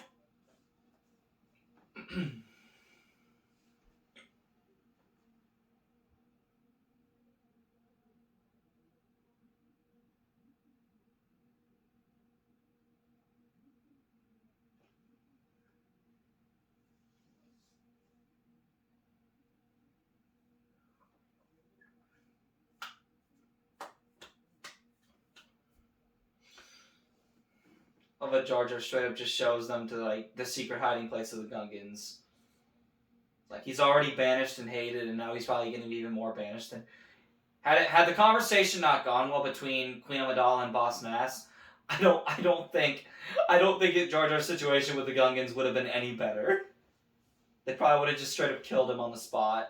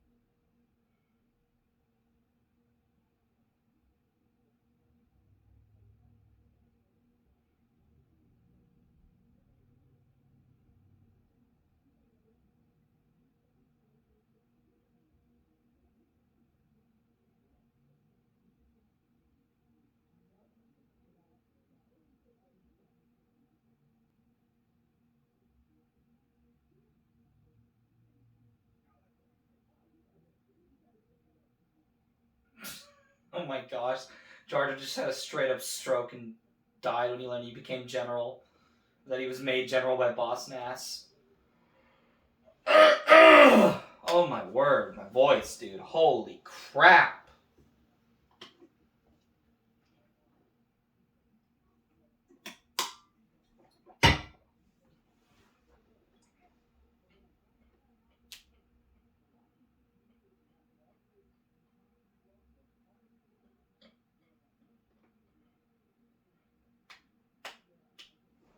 Very nice.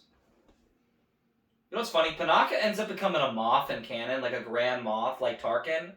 And he actually is actually a very kind one. He's more humane than other Moffs. And then he was going to help Naboo a little bit, like give them more food and stuff like that. And then there's literally an Imperial bombing on his home, and he dies before that can go before that treaty can be passed to give them more to give the Naboo people more food, and it's like, bruh, you scum Imperials, and all because he was one of the nicer Moffs. Yeah, because he was like the Grand Moff Governor of Naboo during the time of the Empire.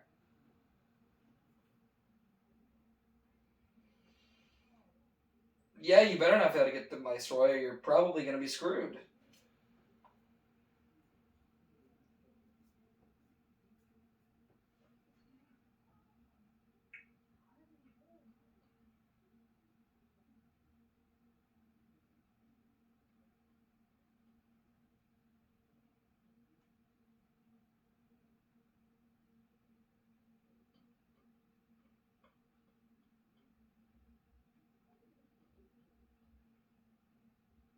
The Battle of Naboo has begun.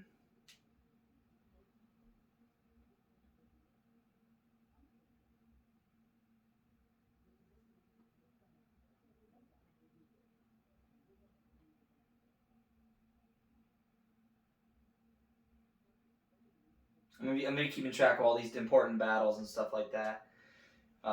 Just to let people know, like for those that are maybe joining later on, or maybe aren't going to watch the film, but like are going to watch me during this watch party and have the discussion and all that. I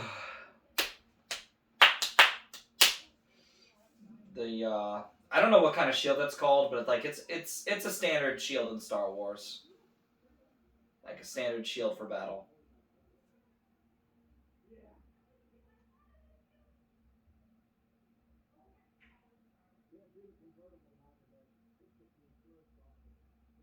Whomst is in my house.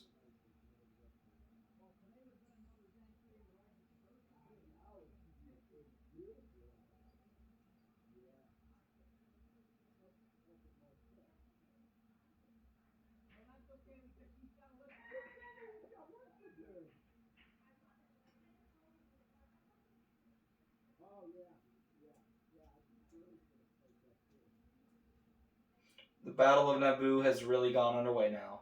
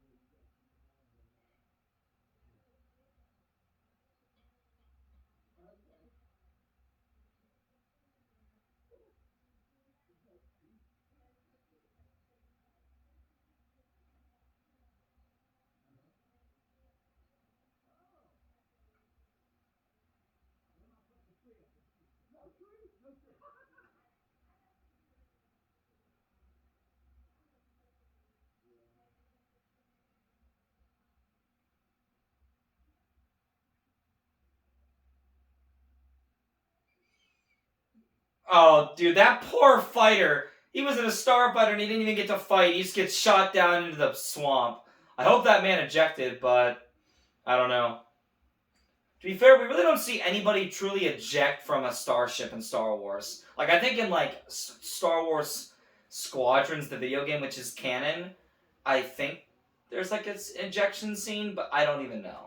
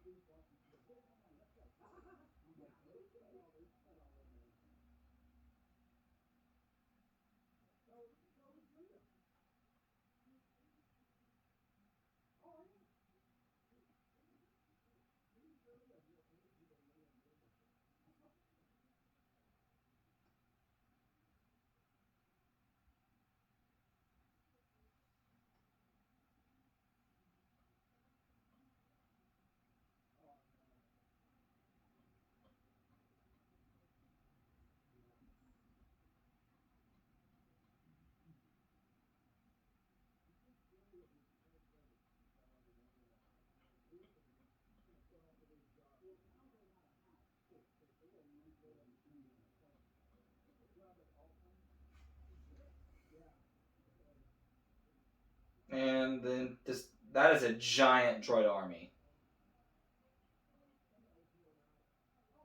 Just so they all pull their guns and move forward together in synchronization.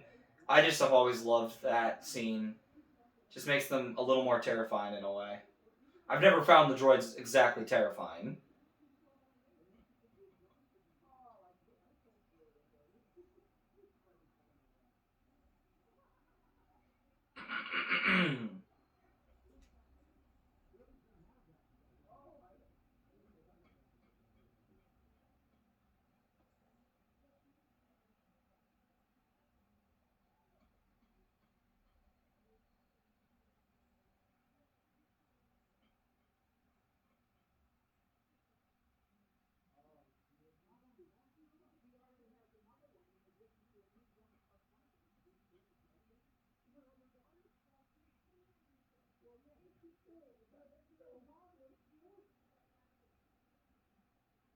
And now, one of the most important fights in all of Star Wars begins.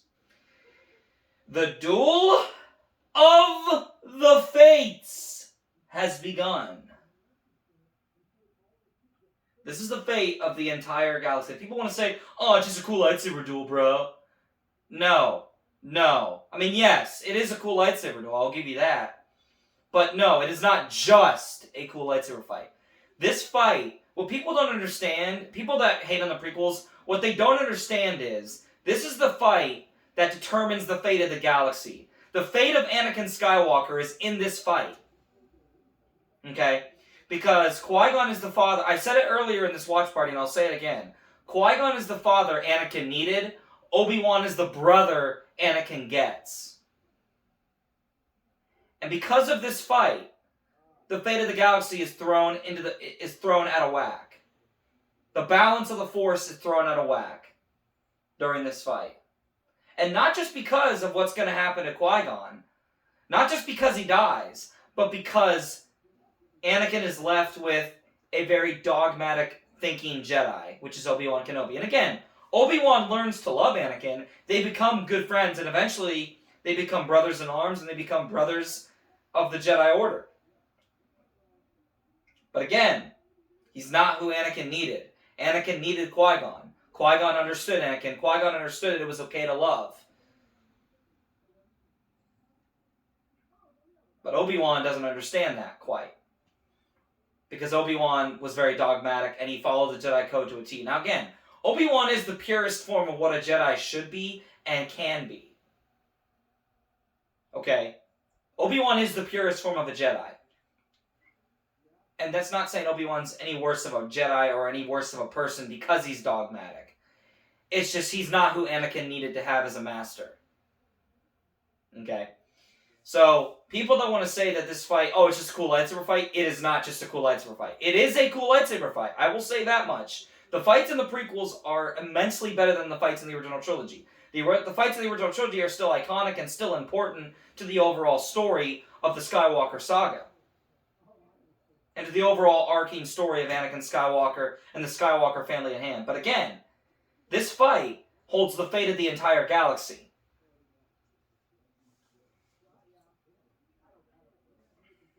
Like, because again, the overall battle of Naboo, like the fight of the Gungans and the droids and the ships of the rebels, the ships of the Naboo pilots against the droid ships, the droid starfighters at the Trade Federation droid control ship.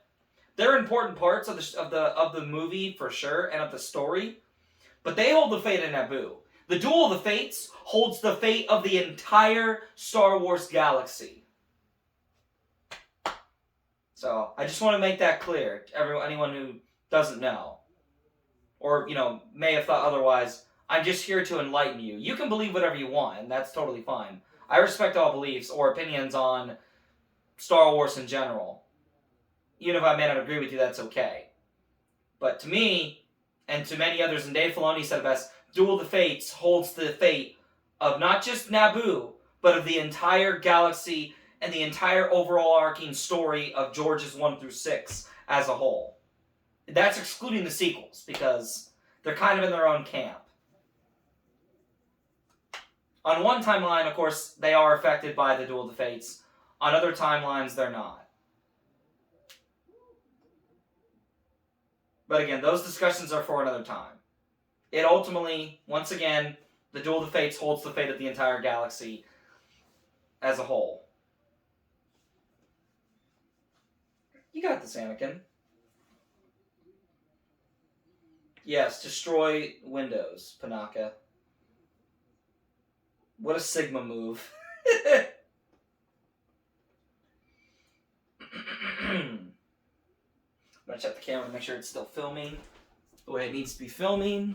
Please be filming still. Okay, good. Good. I'm gonna be checking it more right now as time goes on. What time is it actually right now? I'm actually curious. It is 11:44. Okay. So by the time this movie's over, it'll be noonish. Like early noon.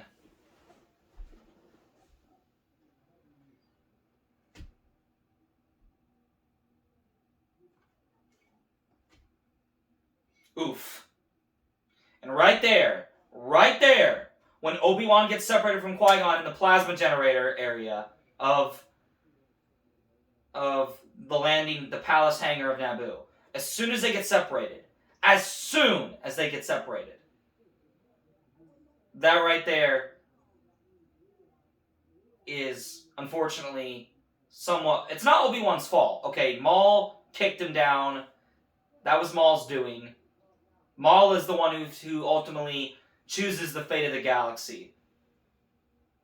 And the fate of the child, the chosen one, Anakin Skywalker.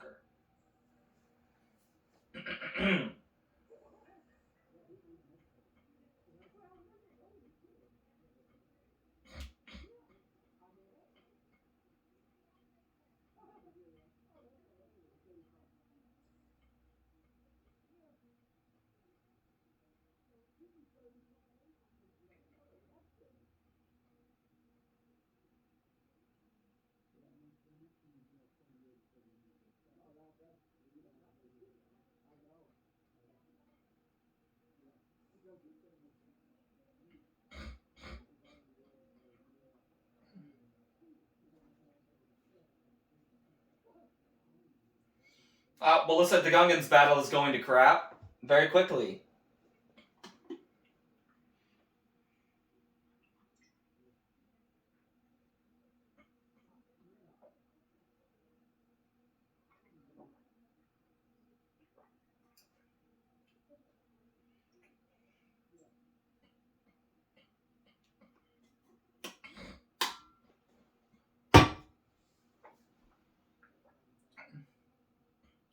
Oh, Jar Jar, you special person. You special person. He's got all these Booma water balloon like bombs that have electricity in them, just going everywhere, wrecking things. Jar Jar actually kind of went off on a kill streak there, though. Not gonna lie.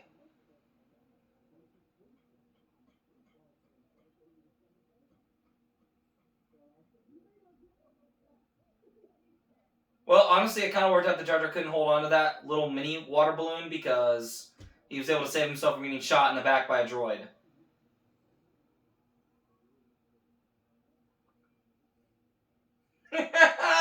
Just straight up flatten that droid. Oh, but now they're all surrounded. Rip. And now Padme, Panaka, and the Royal Guards are all surrounded.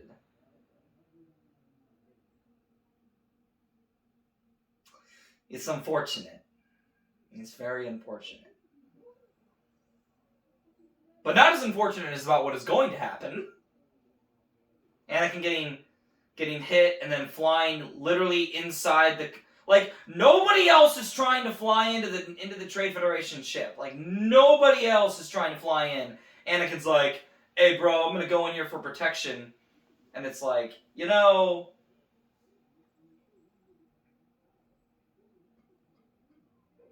Like, he literally is in the area where the main reactor of the droid control ship is. But his ship is down right now. The fact is, why didn't the droid start shooting at his ship, like, the moment they got over to him? Like, he's a hostile. It's like, bruh, like, just shoot the ship. Like, don't shoot the ship, but you would think they would want to. You would think they would go. Their programming would be to shoot the ship. All right. Oh my gosh. And again, I've seen this movie 5 million times. Like, I know what happens. Like, I'm not surprised by it, but like, it hurts every time, dude. This right here is the moment where the fate of the galaxy is ultimately decided. Right here, right the frick here. It is important. And this moment right here will also be imperative to something we're gonna watch later on down the road as the week goes by. Ooh, Qui-Gon just got stabbed. That right there determines the entire fate of the galaxy right there. That one stab just determined the entire fate of the galaxy. Forever.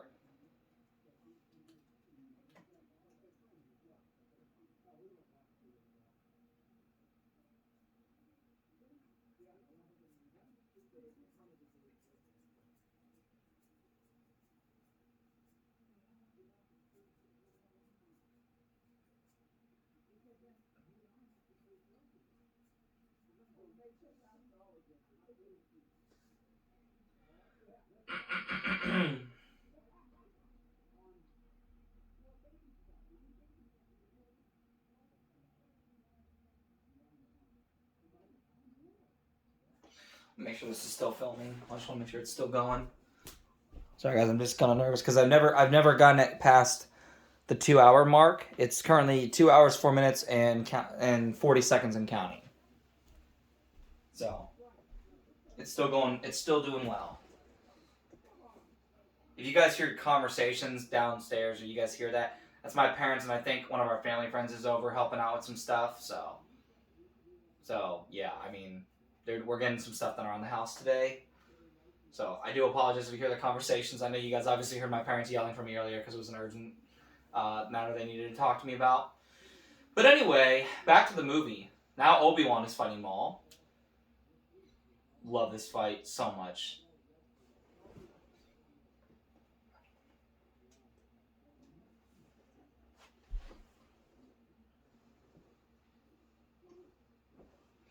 Oh, Obi-Wan just cut one of Maul's lightsabers up and destroyed it. So now he's only got one saber left.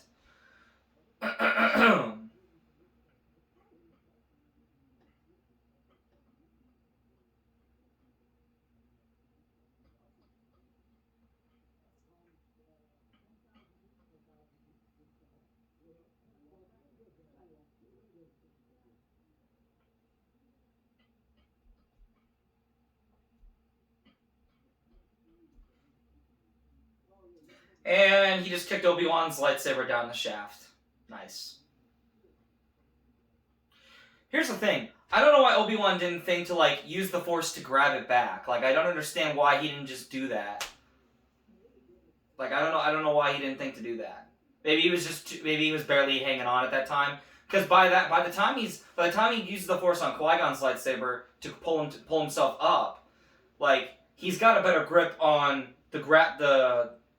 he's got a better grip on the thing on the platform he has to hold on to in order to not fall down the shaft. But maybe at this one he was really struggling to hold on. Because he was still kind of very caught by surprise that Maul forced him down there.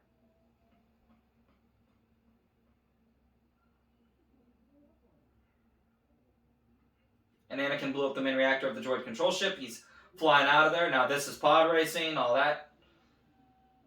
I don't know if I would be so happy, like, yay, I'm flying out of a place that's literally about to blow me up from the inside. Rip. Droid control ship is gone. Whoopity-doo. Battle of Naboo is over. Gungans and the Nabooians...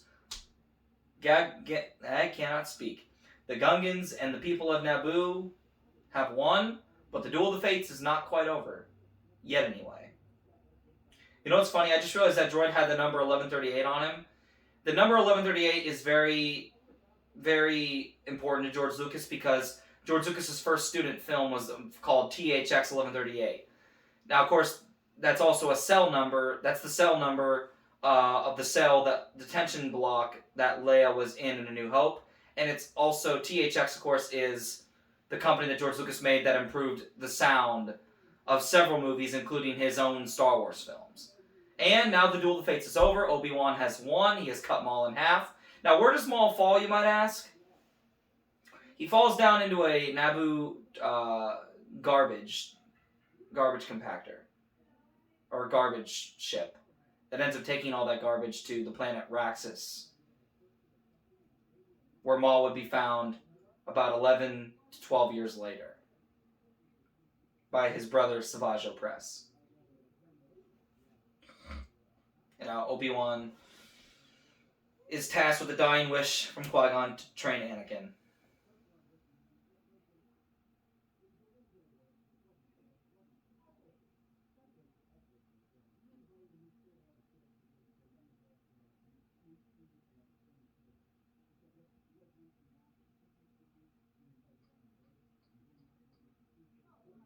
Now again, let me remind you, Obi-Wan is not friends with Anakin at this point. He is simply training him out of a dying wish out of a promise he made from his dying master. They grow to love each other, but at first, Obi-Wan and Anakin, over these next 10 years, have a lot of issues that they have to work through to get to where they're at in their relationship in Attack of the Clones, and then they have even more stuff to work through as we get into the Clone Wars and where their relationship is at by the end of the Clone Wars and where it starts out at in Revenge of the Sith, where they're brothers.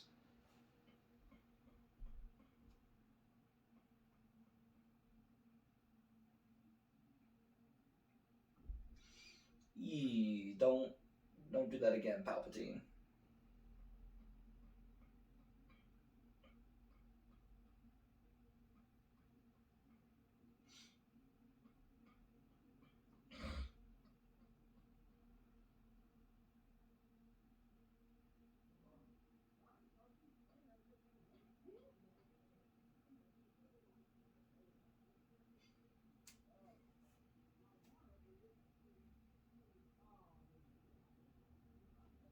I'm going to check it again, guys. Sorry, I'm just going to be checking the last few minutes here as we finish up. Okay, it's still going strong, so that's good.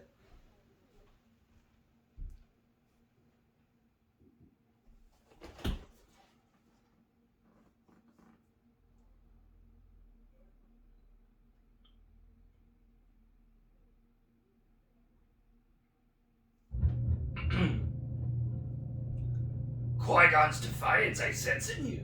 Need that, do not. Sorry, my Yoda voice just sucks, guys. It's better at night. I don't know why it's better at night, it just is.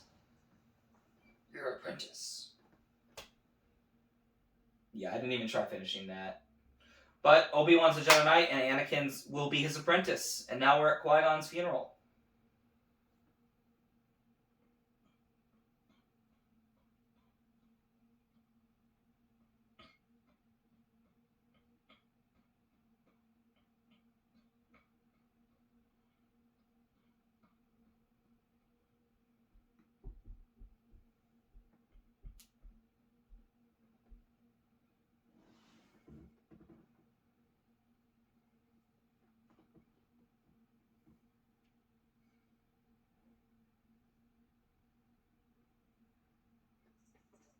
Although Qui-Gon's body is not disintegrating faster in the fire.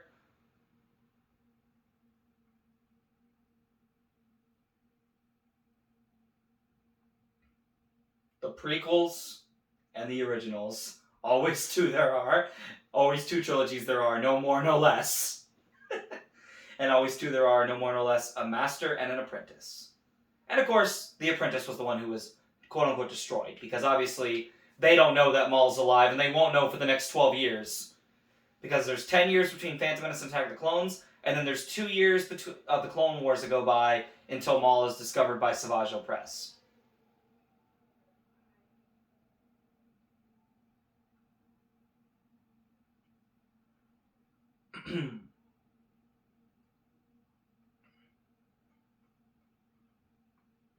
Peace ceremony. Anakin's haircut right there, with his hair kind of all messy. That was my hair. That was my hairdo back in first grade, bro. Oh man, just messy, spiked up hair.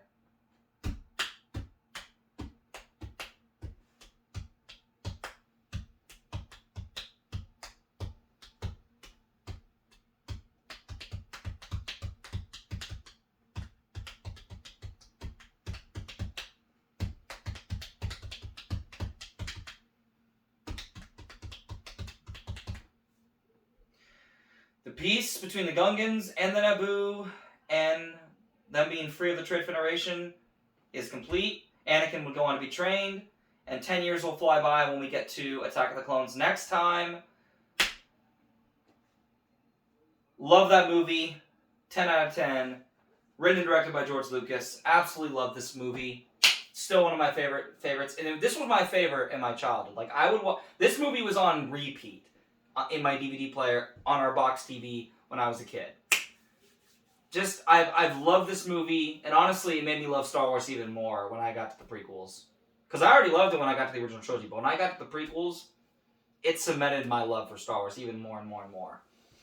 And it was such a great honor it was so amazing to see, even though I wish it was a better show, it was so cool to see Ewan and Hayden return after all these years of them being on a Star Wars. But anyway, guys, thank you for all that watched this watch party for Episode 1 The Phantom Menace. Tomorrow, I will see you guys for the watch party for Episode 2 Attack of the Clones. So until then, happy Thanksgiving, God bless, stay safe, and remember, the Force will be with you. Always. Take care, everybody.